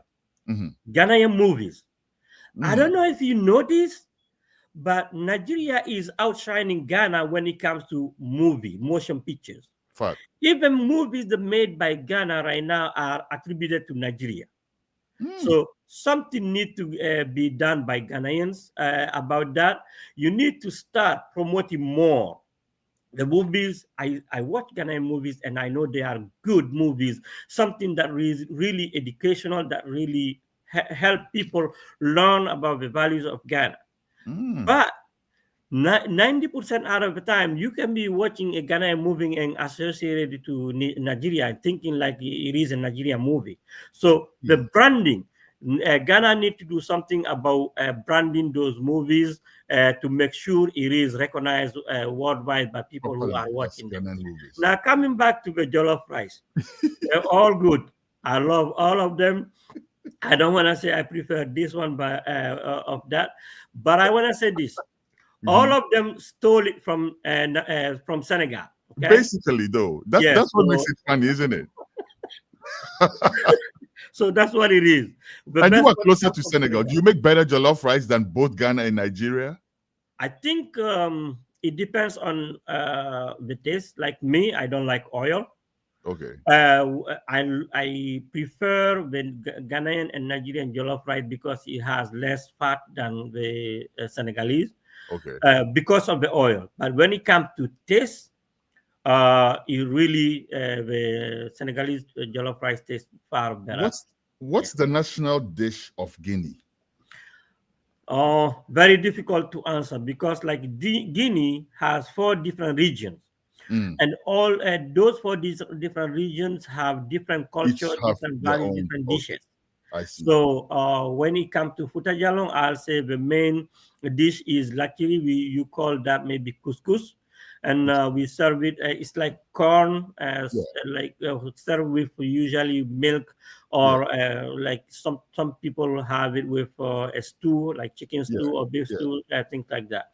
When you go to Upper Guinea, that we call Hot Guinea, where the Mandingo area live, that's also known as futu. That is the main dish there, and it is also known in the forest area. Now, when you come to the Lower Guinea, Basse Guinea, where I was born and raised, that's where you really, really enjoy dishes that are related to fish, particularly dry fish. I love those dishes. So even though my origin is Fouta Djallon, I was born and raised in Bascot, which is the Lower Guinea. I identify more with that culture than my own cultural heritage. Interesting. Yeah. Well, my brother, thank you very much for doing me the honors today. And we'll be calling you back, not just to talk about how other Africans see Ghana and about jollof rice and all of that, but also to talk about some quite serious stuff. The stuff that you're involved in, the Chamber of Commerce and all that. Okay. We'll call you back to talk more about it. And also about the politics of Guinea. Yeah. Politics of Guinea, politics of West Africa, because spoil alert, ECOWAS has lost all its credibility since the Niger military coup. So that's going to be a matter of another debate where we can discuss. We will call you to talk about the AES. I promise you. No problem. And one of our next guests coming up, we will call him as well. In fact, call both of my next guests coming up because they all have something, I believe, to say about the AES. Abdoulaye Diallo, thank you very, very, very much. No problem. Thank you. To your family. All right. Thank you. Newsroom, quick commercial break. When we come back, tribute to Daddy Lumba, the departed icon. Let's go for a commercial break. We will be right back. Newsroom.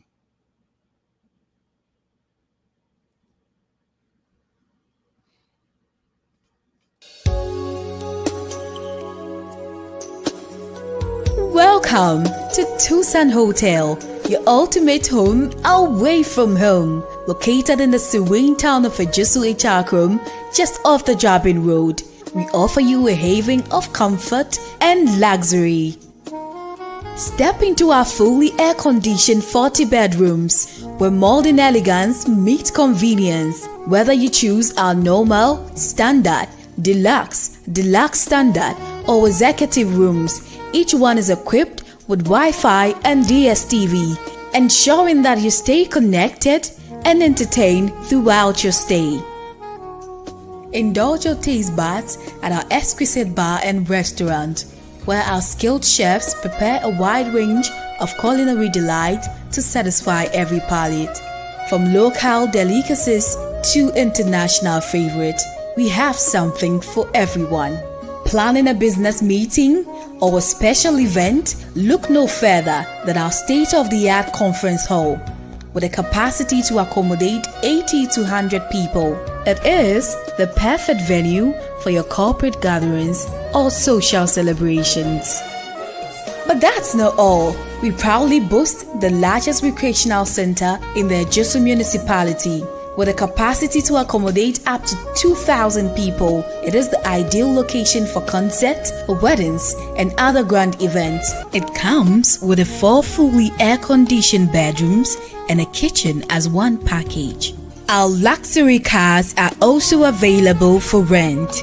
Drive like a boss. To experience true hospitality and unmatched comfort, contact us today. Our friendly staff is ready to assist you. You can reach us at 0244 654 458, 0246 505 327, or 0241 418645. You can also email us at info@tucsonhotel@gmail.com. Tucson Hotel, your home away from home. I go, wait. Amen.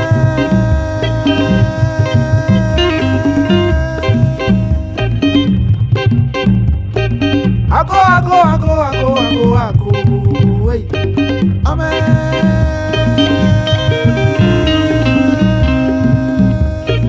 I saw you walk when come.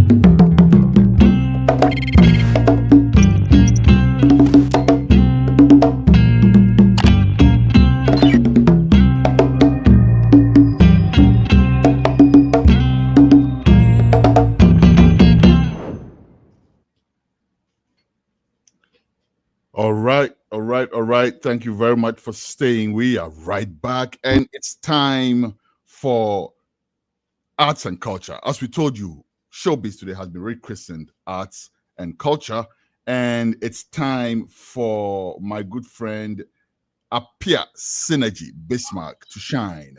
Today, we are having a special tribute for Daddy Lumba. And a special tribute for Daddy Lumba. Why Synergy? Into Nemeji with Juan Kakraye. It's answer you invited special guests to join us today. And without wasting much time, because they have been in the green room for quite a while now, let's bring them straight on.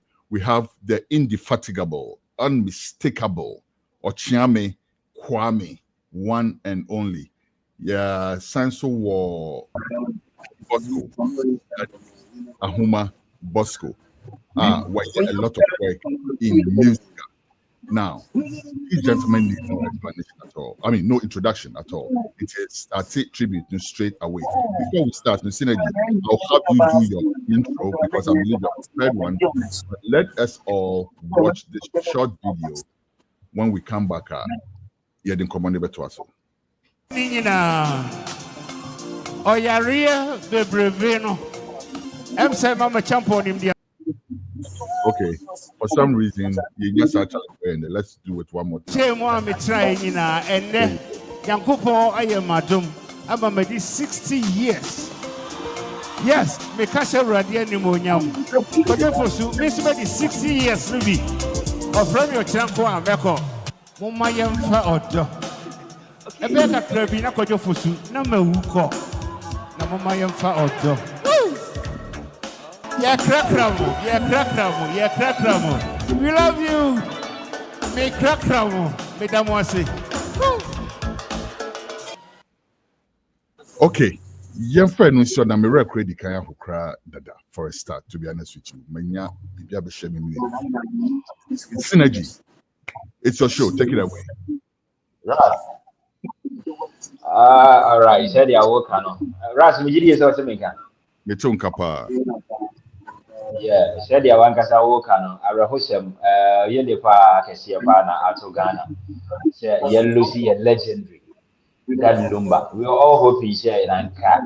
The bedroom point to be a people like you who are Mushi, no. In Komubin, do level be Anka. Overcall Munchen or Koji of Futu. As at the time, and community Yashi. Nanke ever call Muncha Koji of Futu. But a do say Nasa condemnation me who was a man Yana Areho. For losing someone, he happens to be a biggest inspiration to the Ghana music industry, you know.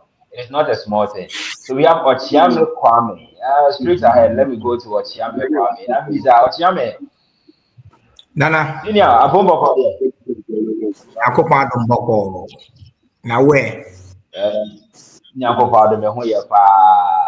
I remember back, way back, VGMA.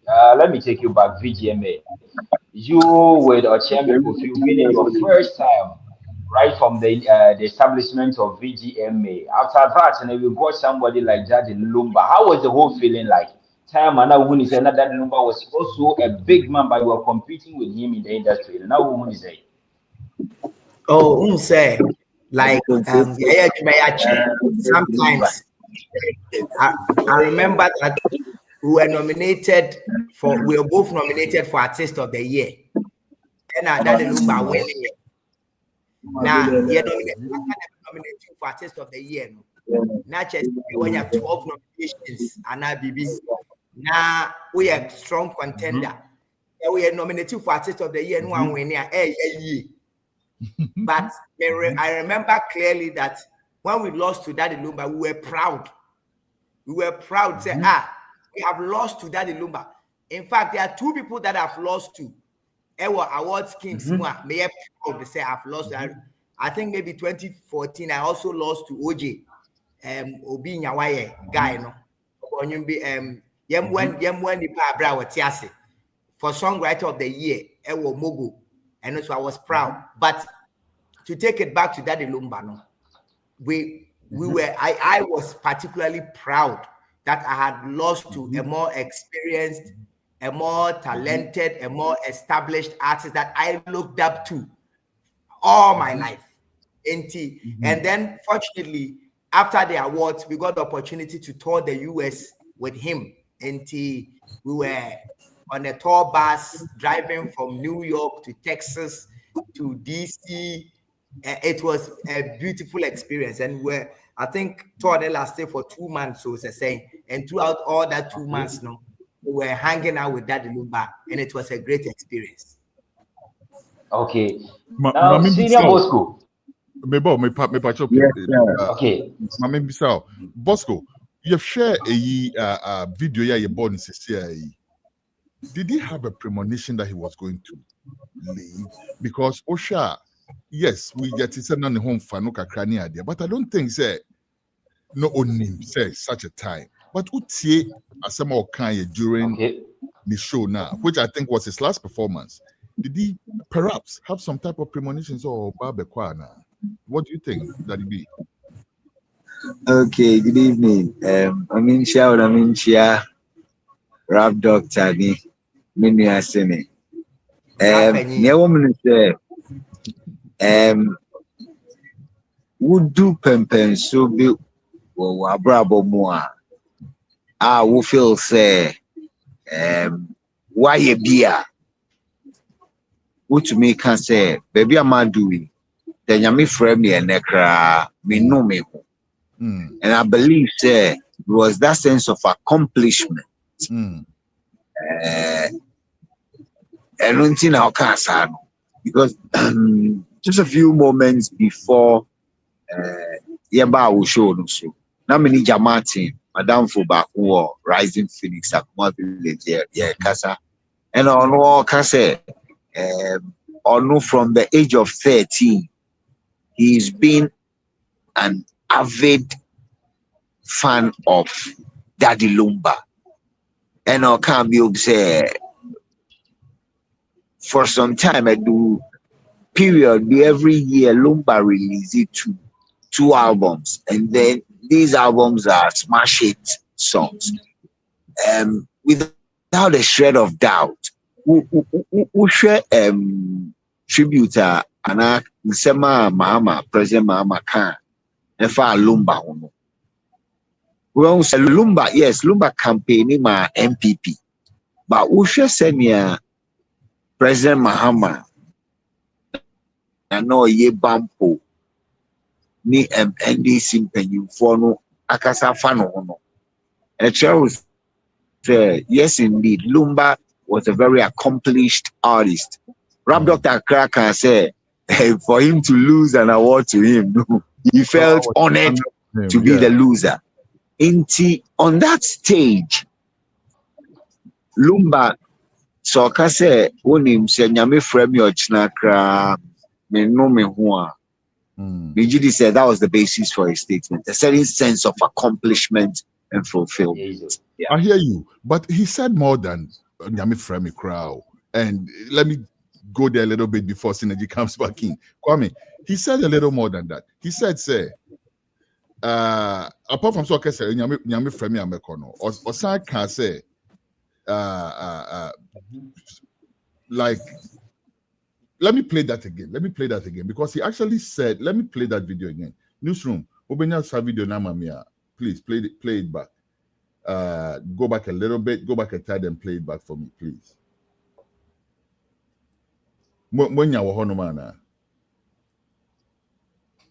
Well, basically, apart from so kese nyame friend obekono or science with this 60 years, or full say with like wayebi kind of thing. Kwame, ufu say na this is what I was looking for. Or say me crack cramo, a hona na me peno. Apart from source nyame friend amekono, or say me crack cramo. Ye crack ye dinkra me crack cramo. That sounds a little more than just say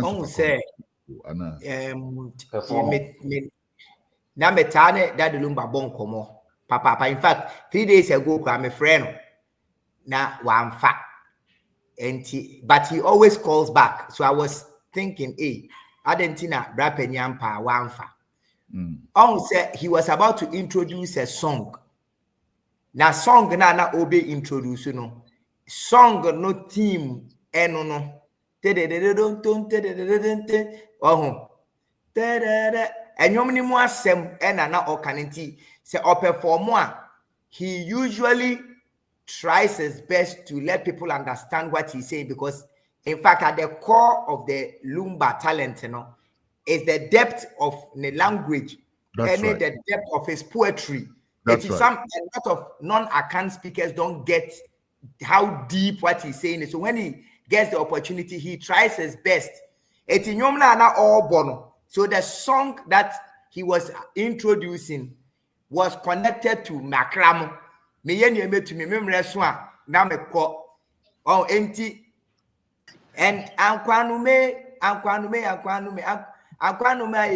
I know 30 years ago. It's based on that. We might think that at that time, I know I already know, a philosopher, and he knows that birth and death are not bad things. And he understands a lot of reverence for death, and he brings a lot of messages about death and ending because they are conversations that must be had. And I used to go to him a lot. In fact, in December, even though in the past 10 years, we could all visibly see when you spine operation, nana impacting the mobility and then the strength. He was really holding on to life, preparing to take care of his children, because mistaken, the last born could either be 6 or 3 or 4. And why would he give birth to a 3, 4, 5-year-old child when he's saying bye-bye to us? No. Bra Penny wanted to live. He was really hopeful that through medical aid, because when he's consistently talking about diet, introducing me to herbs, macadamia, which last time on the beef in foam crab reme, and mammy the BC I said, be fruit be would check up Muna said, in Suoni Chinguma, Unum Suona. It does this for your health. I don't know about it. He was really not getting ready to leave and call a 4-year-old child or even the man get one back or name a bad girl a call mass UC mass or no me bag near 13 junior. They have the very exact face. And I don't think he was ready to go. I just think that he was just being philosophical. Okay, synergy. Okay. All right. Ochiame and Bosco, can we say that Lumba living up to 60 years, he was able to achieve something in terms of the legendary status, and we know say no two ways about that. But 60 good years, was it what you were expecting from a legend like that?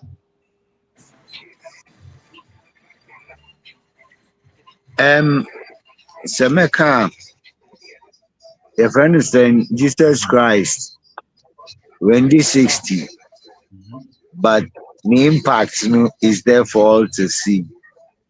Bob Marley and this 60, Sankara and this 60. Into the amount of a Juma Lumba Pakiago 60 no more. I will say Daddy has done a lot, because kind albums are release you, their albums are they say no appear to scratch and the dust they say albums are good the hard drive so no release here no adult. But they released a catalog of over 36 albums, and then Senya Ochiame philosophical, thank you, the philosophical contribution to Ghanaian society and the world at large. Earlier on, Nami share and say Instagram, I who say Gramps Morgan, I pay tribute to Lumba. Oh yeah. Grams, I pay tribute to Lumba. So when him say Grams there, on who say Ghana ni. Very much in tune with you know, that shows you the impact of Lumba. And for me, Nyame can say Ubi can say Ghana yen Hall of Fame and a music museum. And that possibly last near your friends and President Mahama Kanfa Yem Papa Wakumasi no guitarist no. Yeah. Konimo,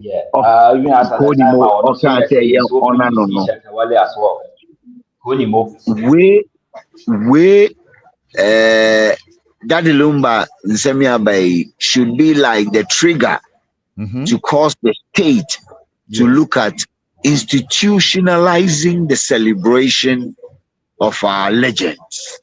Minister of Tourism, are you listening? Yeah.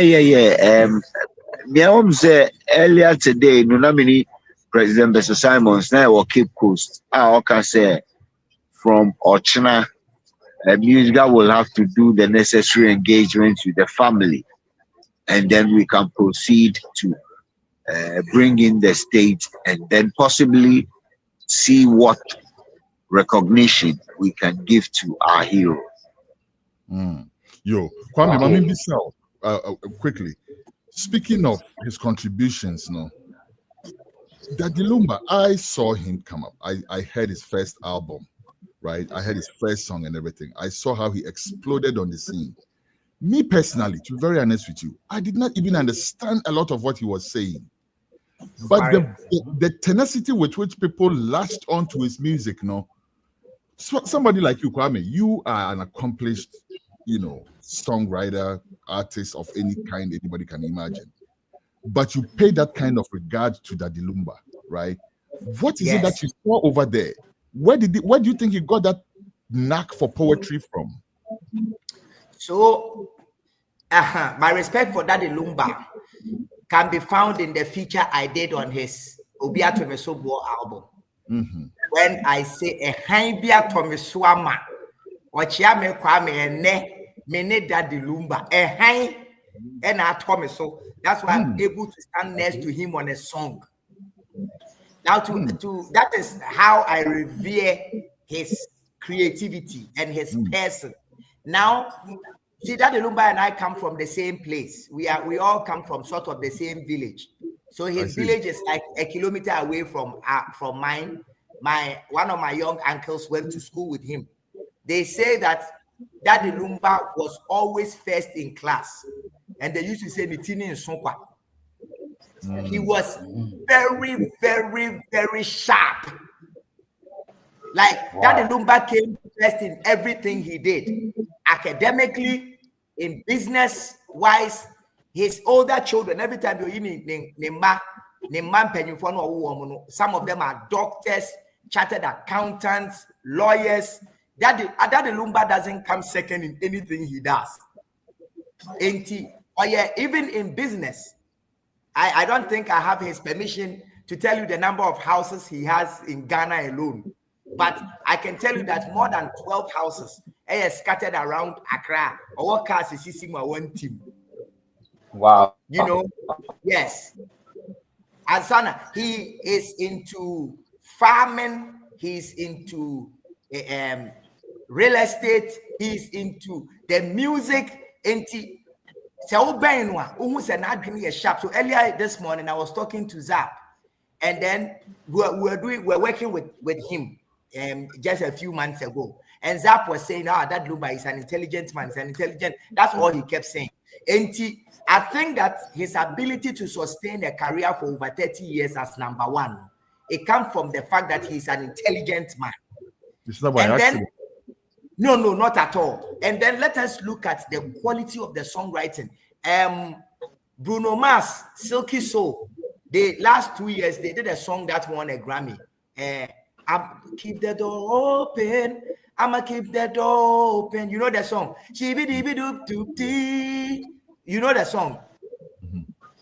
Keep the door open. Bruno Mars, Silky Soul. Daddy Lumba had done the song, same lyricism. 15 years ago, so then to Punumo and to Punumo, and when you look at the way he creates the lyrics. Yesterday, I was in a car with my son, and I was trying to introduce Daddy Lumba's thinking, how he writes his music, and so I was using this song. Did you hear what he was saying? I thought he was scatting. No. I thought he was just scatting. No. No, he was saying he's so bad at the dominion. You see the way he personifies inanimate objects, and every single song of his, the philosophy behind it, like if you understand the philosophy of songwriting, you can see that he is world class. It doesn't get better than that. It doesn't. Not by American standards or Jamaican standards, right? His master of imagery. His master of imagery. I'm curious where he got that from. Me very curious to learn.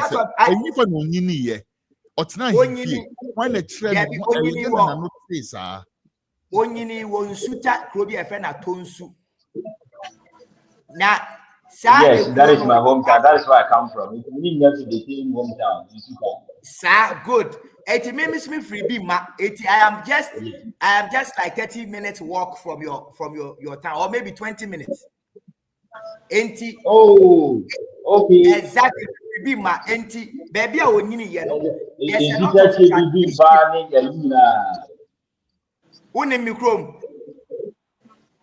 And I think that sometimes city life it dilutes your culture, no. It say brofo kakra FM na a creative code switching in your thinking, a creative code switching in your art. His art was authentic, drawn from the tradition, drawn from the culture without adulteration. That is why he was so deep. And the but fact it's that interesting you say that too. And Synergy, remember what Bim, but it's interesting, and Bosco as well. I have a question waiting for you, but I want Synergy to actually come in. But it's interesting you say that because at the same time now, the city adulterating the culture. No, he actually came to influence that agenda was a adulteration on the culture. No, if you get what I'm saying, he influenced pop culture. Right, the terminology, the music. Instead, so Bema City, are impacting negatively on unknown the culture. No, he actually transposed his culture on the cosmopolitan culture. And I guess I know. But the main person say, like Plato said, truth is absolute. Truth is unchanging. So, according to your culture, any the arts and the form,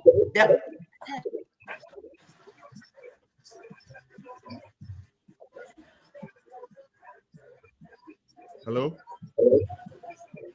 Yeah. Okay.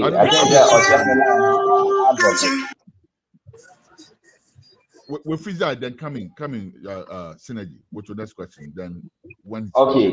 Now with the thinking now Ochiame Kwame relating to how that Lumba Sika mentioned. I don't think that he's the only person that will feel it that way.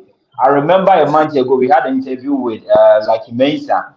He was also saying the same thing. If Newsroom can give me that video, let's also listen to like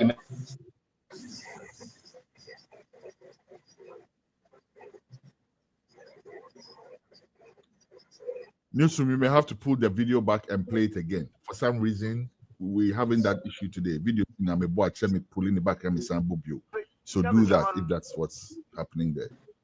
Remove it.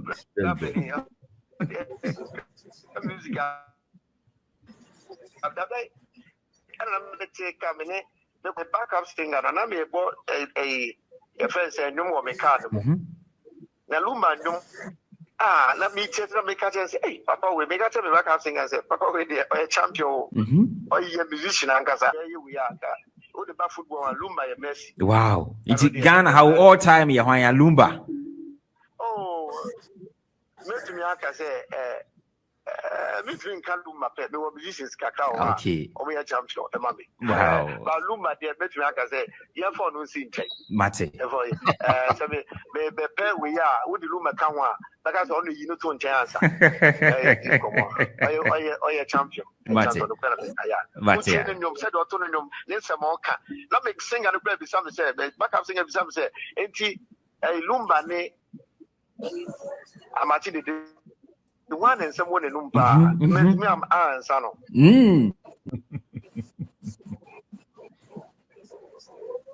Interesting. Synergy. I hope you come back and pick up from there. But yeah, there you go. Lucky Mesa extolling the virtues of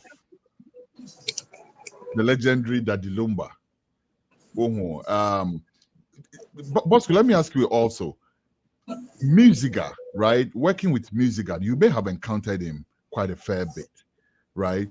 Yeah. What was his interaction with the Musicians Union of Ghana and musicians in general? What was it like? Okay, so Lumba was more like a reclusive figure. I think it's lately that Lumba started playing a lot of public shows and things, but in the early days, Lumba wasn't very accessible to the public, especially for those of us in Accra. That's the perception we had. But during the era of Obuono, time I grand ball, Mikai said Lumba songs were part of the compilations, compilation CDs titled at the grand ball. And for him to contribute songs to those compilations, Tonga Grand Ball to raise funds for the Asian Musicians Welfare Fund. And no try the support for other musicians. And that is something worth commending. As a union, those were the interactions I remember having with Lumba. Yeah. I see. Synergy.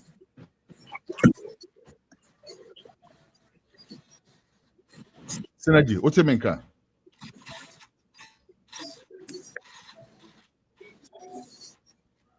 All right. Radio culture. I don't know something in car. If not, let me take it from there. Still, Kwame. Okay, I'm so Kwame. So you're ready, or fixing BB. So let's come back to you again, boss. Okay. I think I can hear you now. Okay, all right. So go to it. Then we have about 10 minutes to wrap up. Now, yeah. All right. Sorry, so for now let me go straight to Bosco as your line is was active over here. No, I would say, sir. You made mention of how we can pay respect to our legends, whilst they are living. Right now, what have we lost in terms of honoring people like this? Again, I hear Lucy. I was here sounds of call back, not music. Okay, Mecca. I think just two things. I'm say about 3 weeks ago, music as part of the Golden Jubilee celebrations, we had a seminar war, School of Performing Arts, Department of Music, and complain back one every academia and then it said access to these legends to document their stories. Unfortunately, Minjindi said there is a book, either a biography or an autobiography on Lumba. Number 2, documentaries. Minjindi said there is an authoritative documentary in his own words. Into personally, and Nuna. So my dream was because as a young man growing up, my kind biographies of great musicians from Elvis Presley to Cliff Richard to Bob Marley, Big Crosby to Bob Marley to a master. But we share literature on Ghanaian. You're limited to musicians. We creatives no crap. When we said there is a dearth, there's an absence. In here say either the artists themselves realize they need to do autobiographies or commission biographies and do documentaries because these stories need to be told in their own words. In synergy, and Nuna Mecca. What raise the big point, Paul Bosco? But I feel say also academia can also reach out for something like that. What if, for instance, if as part of or if as my project in school, right? Let's say I'm a literature major or something like that. I'm an English major, whatever major. I'm you're kind of saying prose major, whatever. Now, as part of my, and I say as my project, my final year project is may document a Jakonimo. And now may document a portion of Ochiame Kwame's life, right? From when he started music till right now. Something along those lines.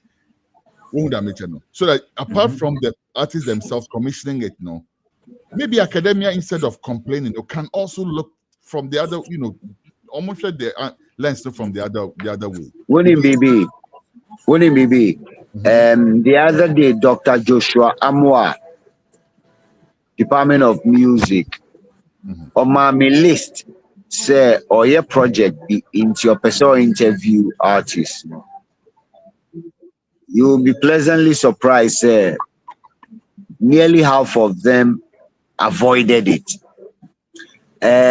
Some artists feel, and I may be wrong, Kwame can correct, feel, obi be interview no for book, whether academic project, ana sanyo manoa, then nipa no ko yesika at his expense. I think we'll have to find a way, because a lot of these academic endeavors, no, they are not money making. Yes, ABR professor no anyani grant to do the thing, but the end product no is not commercial. It can be commercialized. Do anything else. One fine will be before. So we need to find a way on how, because studying students reach out, but they hit a block because in America artists don't feel there could be money in it. But Mijidi says paying 40 say Ochami Kwame no more educated or PS no, and the younger generation no, they'll make themselves more accessible. And number two, Mijidi said after Rap Doctor first book, which was like a treatise on his love experience with Annika, or at least this phase of his life, or better, because the phase so far is exciting, and I'm looking forward to the next phase. Or see, or creativity and philosophy or university. That's gonna be another exciting phase. Into Rap Doctor Pacho to our first phase.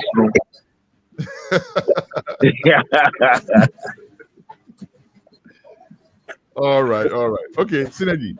Pacho, bring with one more question. Yeah, Asania, sorry. Synergy.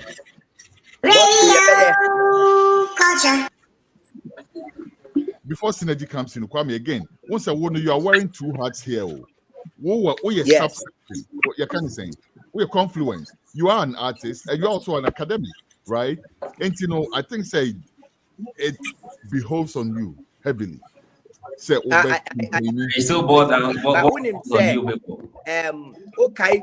Dr. Peter Arthur Pierrot. Mikai Dino. Now our tech on the lyrics echo that's right. University curriculum. That's right. He did a whole PhD in pop culture with my lyrics. Currently, as we speak, there's a gentleman at Winneba, on also anthropology, or a whole PhD on my influence in Ghanaian music through music videos. To have 14 of my videos for the NP. There's another one, so Legona, or PhD in how I keep evolving my brand. And I think that there are lots of some of the academia nature, but as Brapeni artists must make ourselves we must more make ourselves available. We must make ourselves available so that, because it's not only happening in musical industry, biara free academia. I don't know why that industry na say kwa me say me go school pe information kakra wo mint me modin no mo di CAC. I don't know why, because maybe sometimes it's for competition purposes, or you say be an information ko na publish here the competitor be who the business strategies, and I say I don't know how. I don't know. I see. Synergy. Come in now. We'll one more question. Me press it. Both of them bet me and send you wrap it up. Into one more question. Okay. Let me ask this question before with that lumber, every year a product gentono, but easily gets out of the market. Never be a cremo. The product music, never to a formula. You don't need question about that vessel. Na and no one can say echo. Reading a lot of news about him. Back in the days, you hear people saying, "Says, so what is that lumber releasing your one?" Now, I was so done. You know, to a mother lumber release. It's not seen on social media, but that lumber is still relevant. What is it about the craft? Anyhow, I know see a carrying itself, not a money exceptional in the industry, you know. Our chairman. Oh, I think said that the lumber there authenticity. Adiana, and then they authentic. And the fan is say, I can't speak in Ghanaians. 60% of the whole Ghana. At the core of your culture, no, and Krofua, almost you're connected to. At that depth, you're connected to Lumba, no. Ebi ananam pedu, any pabo bomu, any bisrojen fite papai, koni mo money adie, ba ube hunsi. Koni mo.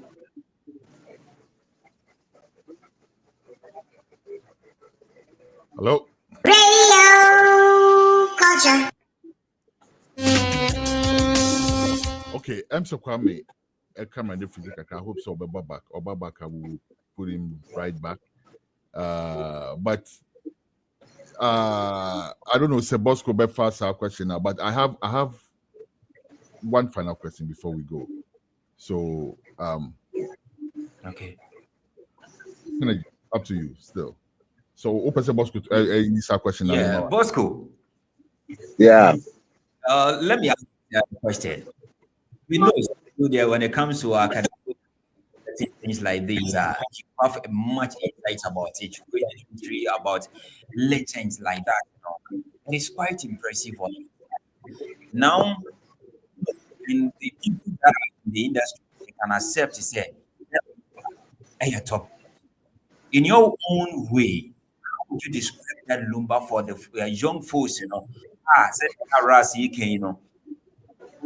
you know, it becomes very difficult. You won't pay much attention to. And now, when you're a fan of that lumber, then you know it, but the lyrical content, you know,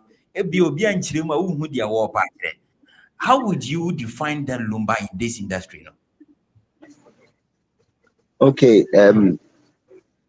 Nichi Nkomobono, Unimia Eba Mandrimu, Tama Kwame can say lumber free suta, and no, the style is unadulterated. And Mami Kaya Pabobo Numu. So now what Lumba did was he took that essence, from the Ampedus, the Pabobos, the Adolfos, and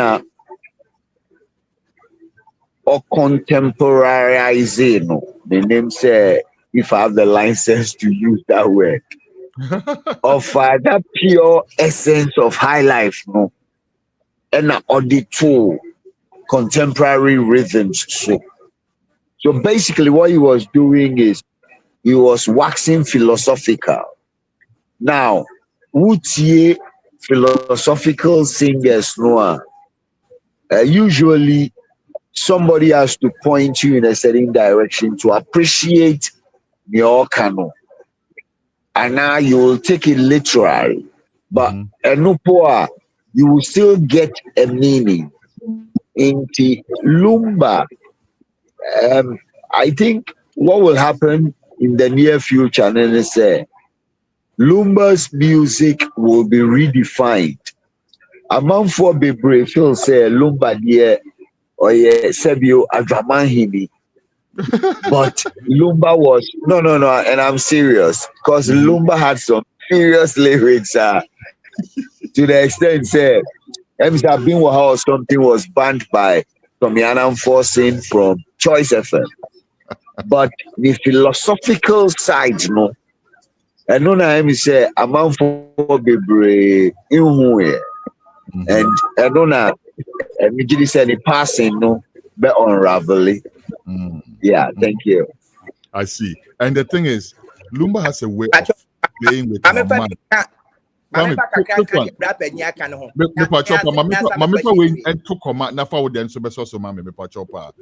Lumba has a way of messing with our minds in a good way, right?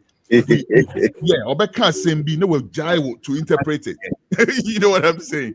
He has that ability, he has that flair, and all of that. But Kwame, me pacho transform me up here and wrapping it up.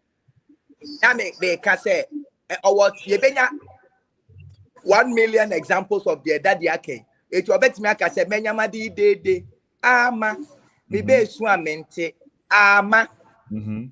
81 of the ama is a noun. The other one says that because menya madi de ama me be suamente ama. It didn't come. And I'm say Rasquez who painting ama a man penasem. Enti say you don't know when the ama. Yes, you don't know when the ama is a noun and when the ama is a conjunction. That have you seen how intelligent it is? It's crazy. And especially when he uses the literary device sarcasm. When you can find lots of sarcasms in his music, and when he uses in such an artistic way that instead of offending you, you find the sarcasm interesting. So I say, obi so the obane de na kwadro so say ne on wine me don't chim me. So the makwadro so cry me pay. He is just an intelligent writer. Period. And another thing I was making a point. I was making a point in a and it said, coming back to authenticity, I think young people should hear it. Because I would say, even hip life artists, you better household names, only the authentic ones became national. And I can give you an example. Okonkwo Kwade, Lord Kenya, Achiame, Obrafo, Obuo, Tiny became authentic in the Ga community. Because he was an authentic. And later on, I bear them and all of that. Exactly. Language is the exactly as a fancy Kofi Kinata with Takrade. Language is very, very key when it comes to songwriting, and it is the depth of the language and the depth of the creativity together that will show how big your frequency will be, because everybody is looking for authenticity. I see. Yeah, sorry. But before we go, and I see Daddy B is on the move already. Tien started with Daddy B. What would you remember most about Daddy Lumba? Daddy B, let's say, Niamekai the most, say, Edu time be, and it was a straight fight, head to head between Lumba and Kojo Entry. Ghanaians, because Kojo was the acclaimed king. I mean, Kojo for a good while was the undisputed king. And then Lumba started making such a huge impact. And Niamekanen said, Lumba did something that was pretty remarkable. Okaye show be an offer Kojo say Kojo be produce show. That for me was the essence of who he is. He didn't see Kojo Entry as competition. He saw him as a collaborator.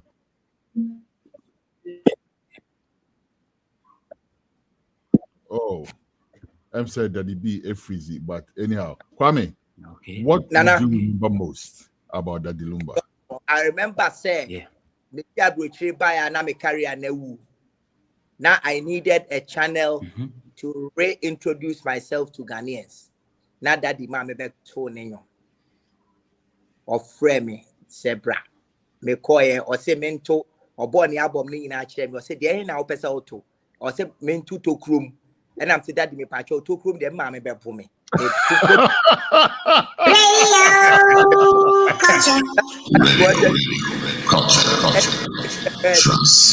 then I chose this, and I remember that day when I was driving back to Kumasi, how I played the song over and over and over again. And then I got to Kumasi. The following day, I had written the verse. And then the day after, I called that the Lumba said me be a verse. And my friend who I'm 5 10 and I'm a friend here.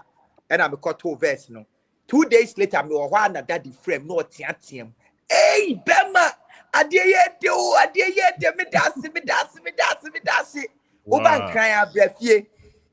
then I came to Accra for a show, and I'm a friend of fine and coffee. Sika or the man and one boy chiri. We Sika, I will Ghana go ibimu. Wow. And on my bundle, I said not me kai how much it was. Say 30,000, say 3,000 men kai. But in a full bundle, I know take it to be free. So, and what they diakano, a share me same. But beyond that, the Daddy Lumba, Kwame Lumba, the Abebomno, was that song that reintroduced Ochame Kwame to Ghanaians again, because I had a platform, and God willing, I expressed myself properly. It became a big hit, and people started looking at me again, getting performance that will prepare me to go and do also 2 years later. And Daddy there, whenever I think of him as an opportunity. Wama was Segumi Kwame. Wow. There are so many people that are impacted among carriers. Beba, one quick moment, please. There are so many, almost every key artist be gonna be something about the Lumba actual. Just like you showed us synergy, right? With Lucky Mensah, right? We're impacting so many people. But the thing Lucky is that how much impact I want to make you on somebody like Kwame or Chame Kwame, who himself is impacting other younger artists now. Then you place that Lumba in his proper pedigree, right? Who can be synergy? Can you answer so? Now, all kinds of their Emma Okaino, as also Namin Comedian.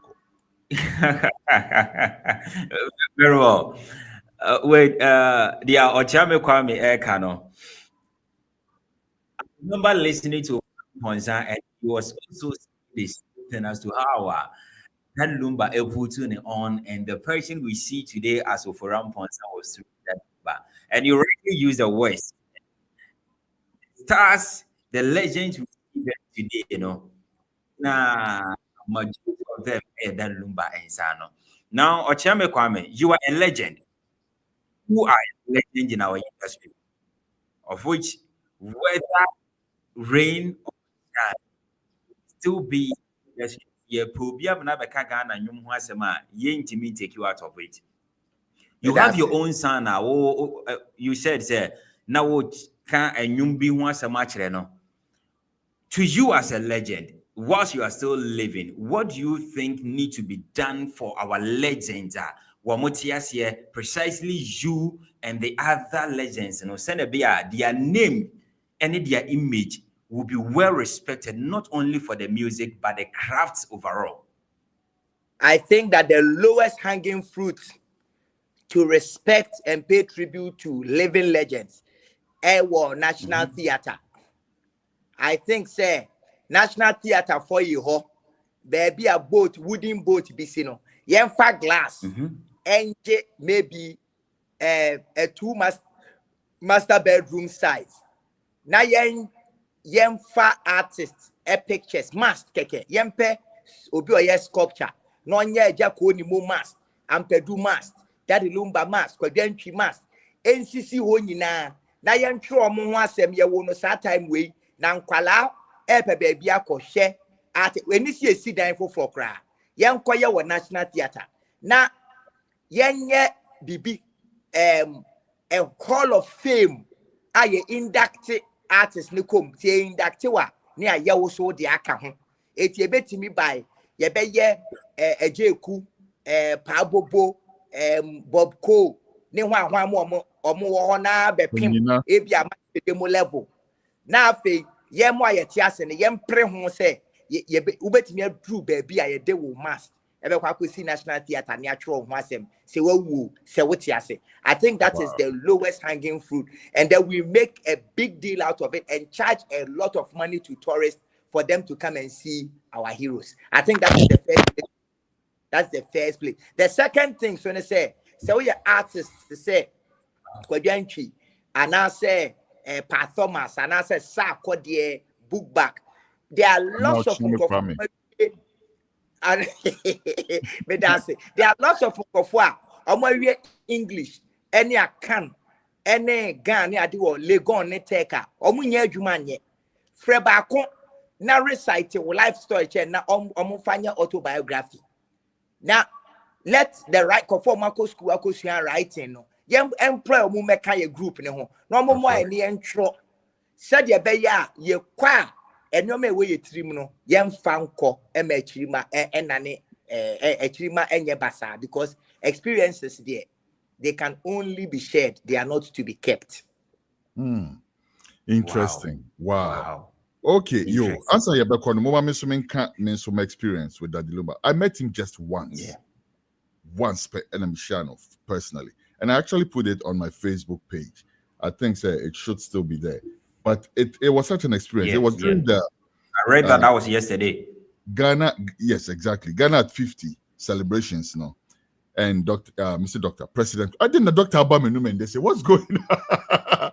What's going on? Because I'm about to become a doctor. That's why. I think so. Exactly what I'm about to become a doctor. Anyhow, and now, President Kufuor, a show now organizing, if you remember, I work Kumasi for the Ghana at 50 celebrations now. And I was working with this guy called Parquet. Parquet is the same guy who put up the Bob Marley show when, and I was working with him at that time. So I was still working with Parquet at the time. And Parquet had me organize some of the aspects of the show for Kumasi. Now, Daddy Lumba was coming on stage, right? And he was backstage, he was just waiting to come on there. And I had to go talk to him. I had to go find out whether he's ready, that type of thing. And I walked to him. Now, I would never forget the smile, the way I was made, the way I was, and I was like, who said that? I'm saying Bosco said that. Say, Nama Fafa said, "Nenyum ye jamanyum." It will be a fancy or a rogue be or but also the sheer dignity around him, right? And then he stretched out his hand. He shook my hand. He was so warm to me. Oh, and Chomusimin yo. Oh, and am I ready? Oh, catch up. Say, Nanwati. Or you calm. He's very pleasant to deal with. I tell you, my opinion of him changed. Not that I had a bad opinion of him, but my respect for him, right? I stopped even seeing him as an artist. I started seeing him as, you can't say, onye penny be and me too much, sir. But Mr. Semi, who say penny, Najimudo, what be to teach, That was my personal experience with Daddy Lumba. Very, very, very, very calm, very nice person. Now, Mama Fajina Sassen will say Sunkase. There were some issues concerning money with him near there. But Emi Depa se Kwame Kansembi wa say ene. Emi Depa se unprompted. Kwame ka say oye adwuma man na ni chie ho no. Ofre no oyi sika wambo echirempo e no de man no. But enya artist being so oni na enya ntokwa because of sika. Enough said. Rest well Daddy Lumba. Yes, sorry. So Kwame, final words, please. Well, let me share this as Kakra Mekan say, as long as we are living, we have initiated the process of dying. That's what is happening. Wow. Obian wo beka enyi so owu atwede ba ko fro. Enti say wo bibi a yenye and that the 36 albums, 36. May you sure. In fact, na menene ye ejuma on a new album. He was working on a new album, beautiful songs. May I sure say, sa album no ever out and keye, but I'm out, whatever it is, I see in your free daddy or not their mind. But Kwame, they should say bit me release this album no posthumously. And I know, but hate. I don't know how we can get access to it. When the studio no when you fear eti when zap ni abochimu na ye ho adwuma. Eti I don't know say see idea ni yiri sun eti e ma ni yiri no. It's not the time. Yeah, that's right. Ni akobusa no say e kwan da ho a. That's right. Ni release dia e dia pesika dia ja ne ma no. That's right. Yes. That's right. Enti kakra me kan say there say we bia ye ni sisia and train because Yesu would 33 that the Lumba 60 Bob Marley one check. 80 days a we be a man when say oh train with the 70 why first na me say oh may train me the 50 a me hard drink me jai me the 45 na I'm starting hard drink 80 your person we be a yeah o person hard drink ah enti me kakra me kan no Ochami Kwame ye da CP and a pacho mamika last one and a obrana open so pacho my dad lumba last a put to the man in country meant you bia yes Yedasipa Kwame Ochami Kwame, who needs no introduction at all. Yedawasipi for joining us to pay tribute to an icon indeed, a towering icon. Synergy Fire sorry so na Yanko.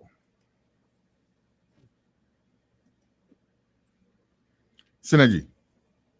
I don't know if you've muted or what, but you're on the app. In the meantime, reporters, please come in the green room. Let's strike this thing out quickly. Lumba, time no pa, but we still have a little time to go to our reports.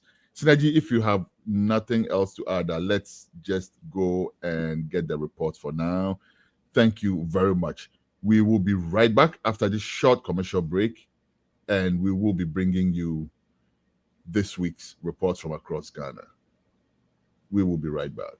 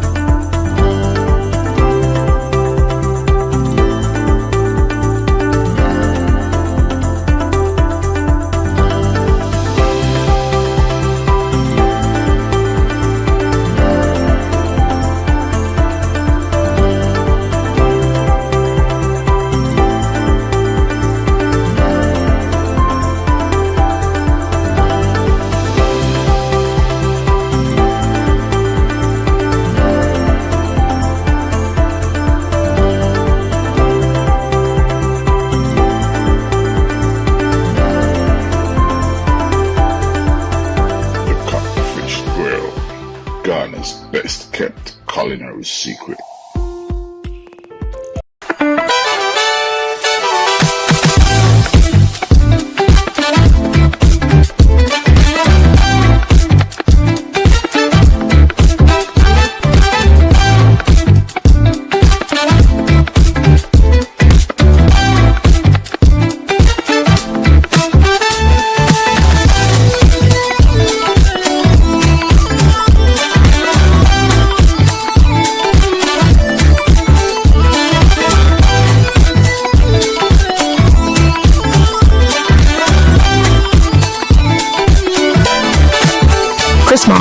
Since 1994, crafting natural products with organic shea butter and red palm oil. All products are available on Walmart.com and Shopify, or visit our website at chrismark.com.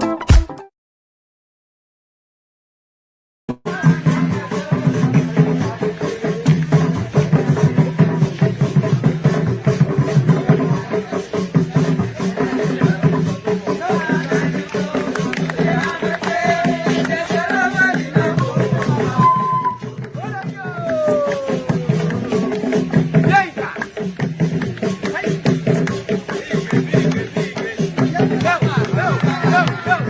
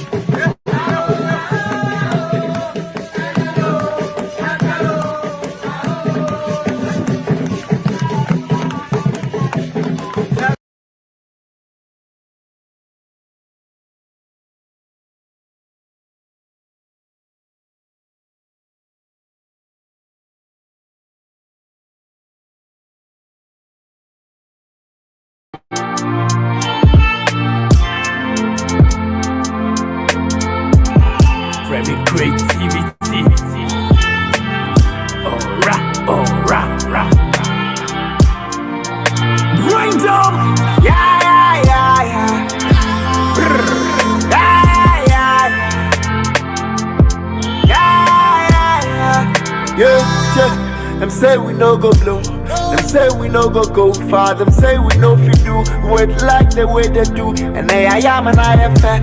The tax is some and I am there. The sun and ya better. Yeah. The holding now. I feel it now. The holding now. I feel it now. What I am. No be say we no be this. Boom, almost say I'm holding now. I feel it now. The holding now. I feel it now. What I am. What I am. No be say we no be this. Yeah. I'm from Freyo. See, I know what you're on Giayo. I did any shit. Your home brostata will see you go be answering here in Bo. Last year, I'm a daddy. James Cracker to what if you ram my pressure, a boy says, Remy so Joda Bunting. When they are more kind of mente. Any man I make up. I guess when him start punching, some would drink see at that fair. So, the holding now. I feel it now. The holding now. I feel it now. What I am, no be say we no be this. Boom, almost say I'm holding now. I feel it now. The holding now. I feel it now. What I am, no be say we no be this. Yeah. I bet I'm home to me, Gaga Naba. And then I'm in the West for level, go Joe, baby, I'm a penameda. Bill said they are saying, thank you. I hear my Tanas and I'm sorted. Osha me name say we okay, and our peas and after no go kenke. Oh yeah, 3 months no. E yam someone kwana munim kasa. Oshia me wa bonten now be longer, bet you say me 3 bombs in shata. Ibu ade, yes me sro nipa. I din na men kasa. And then I'm sro de go me mu aka me sure this one masa ase aka. Ya huni na ya tini na ya. Bwana emwa. Yes, say it's throw. Yeah, holding now. Yeah, telling now. Yeah, holding now. Yeah, telling now. What I am, you say. Yeah. All right. We were supposed to bring you the report for today, but due to technical challenges that I can't easily identify right now, which seems to have solved itself just as I started talking about it, we have the man called Justice Marfo to bring us this week's report. That's it.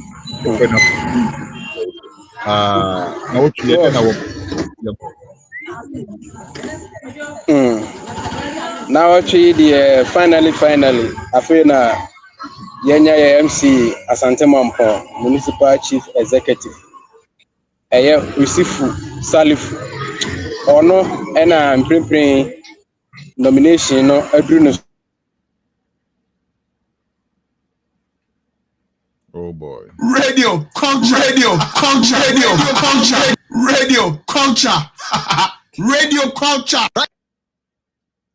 Okay. Looks like we're having challenges again with Justice. The interest say, yeah, man, by 1 or couple minutes being said. If we can get him, that would be great. If not, we will be wrapping up the show.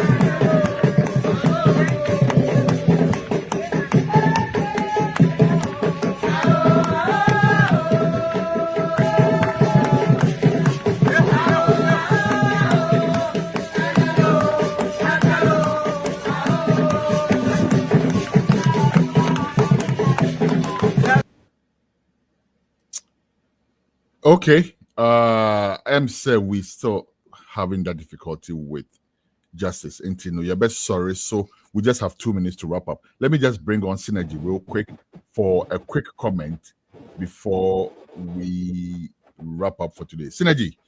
Yeah, sorry. So last words. So we're muted. Check your mic and make sure so we can hear you. Right, no,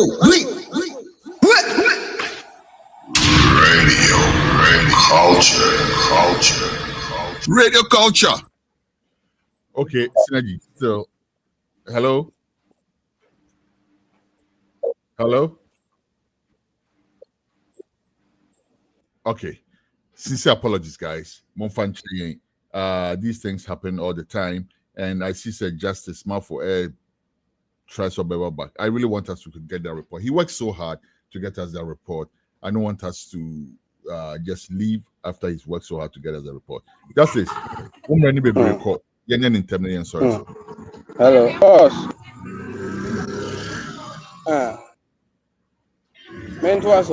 Twaso from the Gulf here.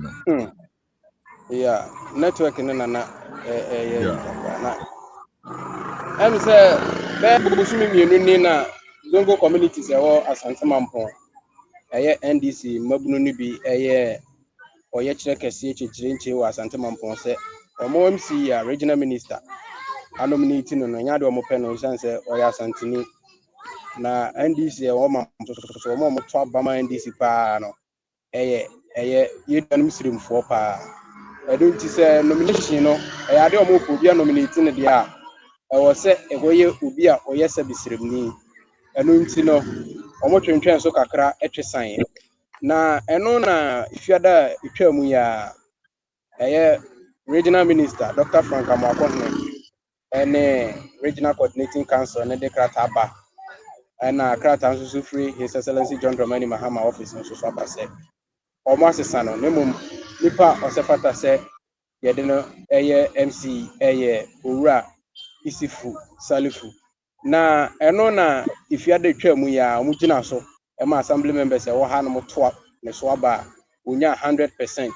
Na Central Football Pin no money to turn commona, Obichimu say, idea, Mampo, acquire any no, didn't any baby, so the camp of four. Dada, and until Obehena, acquire over Yinano, Wakena, over CC, one in 24. SCC, come here in the Cocorum, the newsroom, I crabwa. On Shena Ombo interview one, and my first interview, no. Wabra na, Municipal Chief Executive, Edema Santamam, or Casano, Yinti. You got just not to do. I'm a saying in a idea immediately. Also, it may tackle now 80 million mampon. Yes, sweet, no, mampon anymore. That's a bread, at me after mampon, actually, ho. So I was a mission anymore, but then Anahima and Moyam, and the mampon, a year mebu, because a mebu at time a cheer.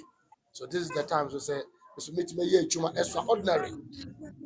My predecessors will be a year Juma, but I pray to God say that's a extraordinary MC in terms of project, in terms of loyalty, inclusiveness, and collaboration with all stakeholders.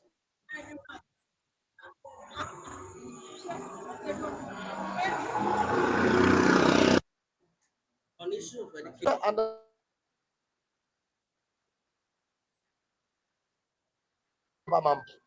Na mambo so sha mebu no do na your carrot farmers enti ade na wasa human clinic ana mi ho carrot bia ade ni bia what you say mu e fem ade Ghana de ne asoso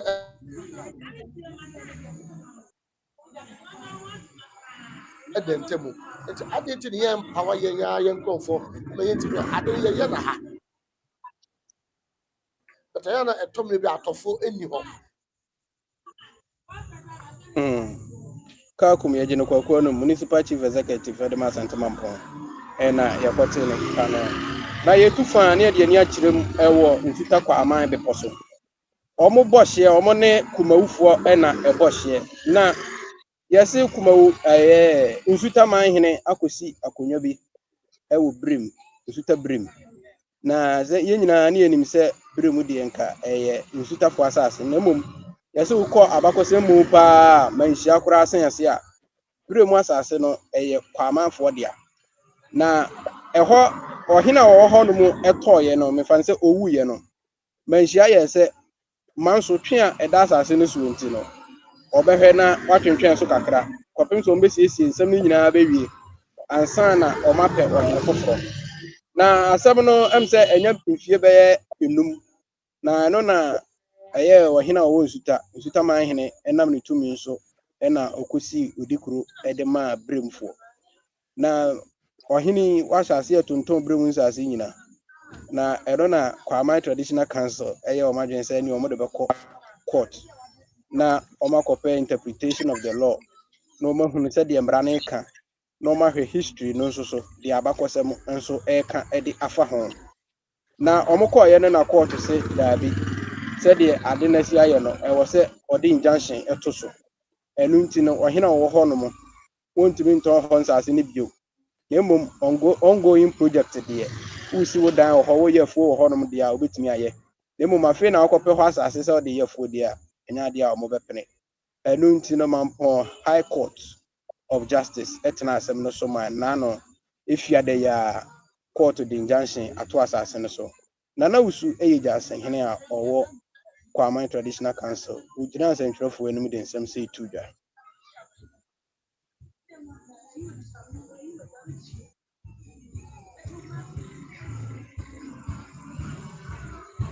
Interview two.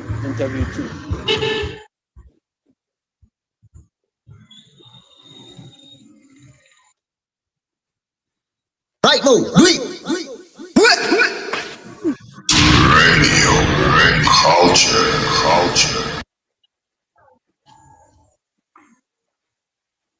Radio, culture.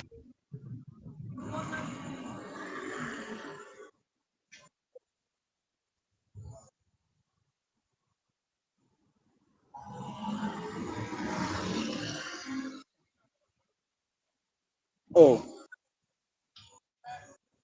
interview two. Asamoah.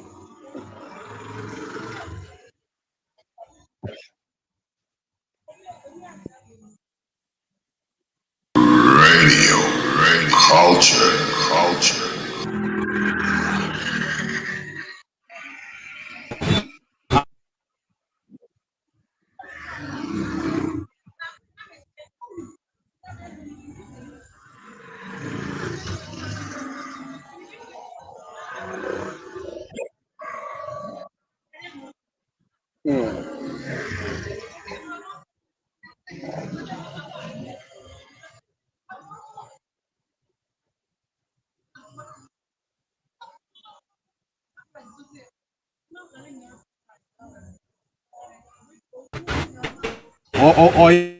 Yes, I didn't know. I guess it to contempt. The Unianum said the Unianum Simfui or Mododo. Almost as you to be a couple of Niaji, Yakotam movie, near the Homan and She, and the other. A year passes as an bedaho. Now, a mere Simono, there was a yellow.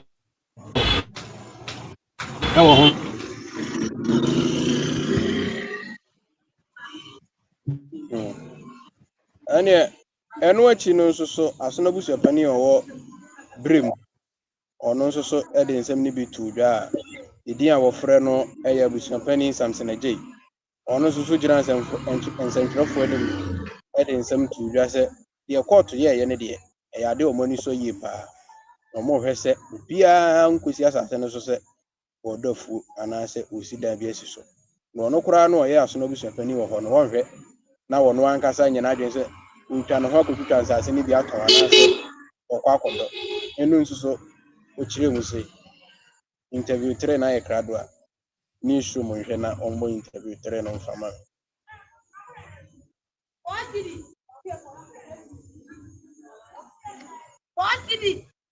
Radio, culture.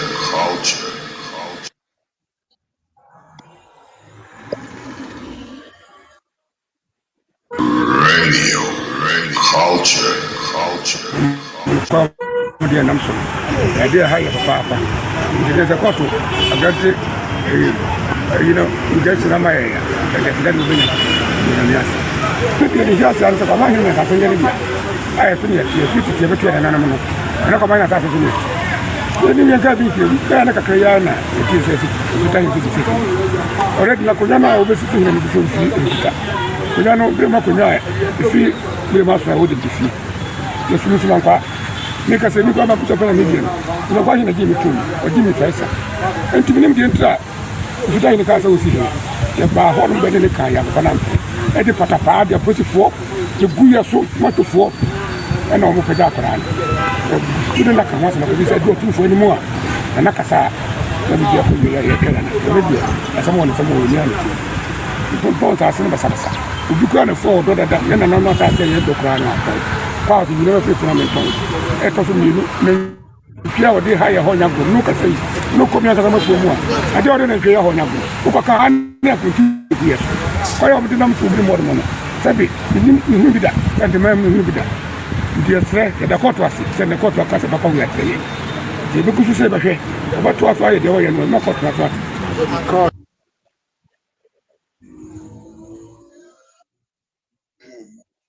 asono abusuapani a ɔwɔ berem abusuapani samson akyi ɛna yɛkɔtee ne nka no court a wɔde wɔn asɛm kɔdan wɔn mampɔn high court of justice wɔn de kɔdan wɔn sɛ wɔmfa ɛso ntoso anaasɛ injunction ɛnto asase no so kɔpem sɛ mmanhyia ɛbɛhwɛ na wɔbɛtoto saa nsɛm yi nyinaa ɛbɛwie ɛno nti na ɔman afo justice aha na mede mama ne bɔ no nyinaa ɛbɛsie ɛde firi ashanti region.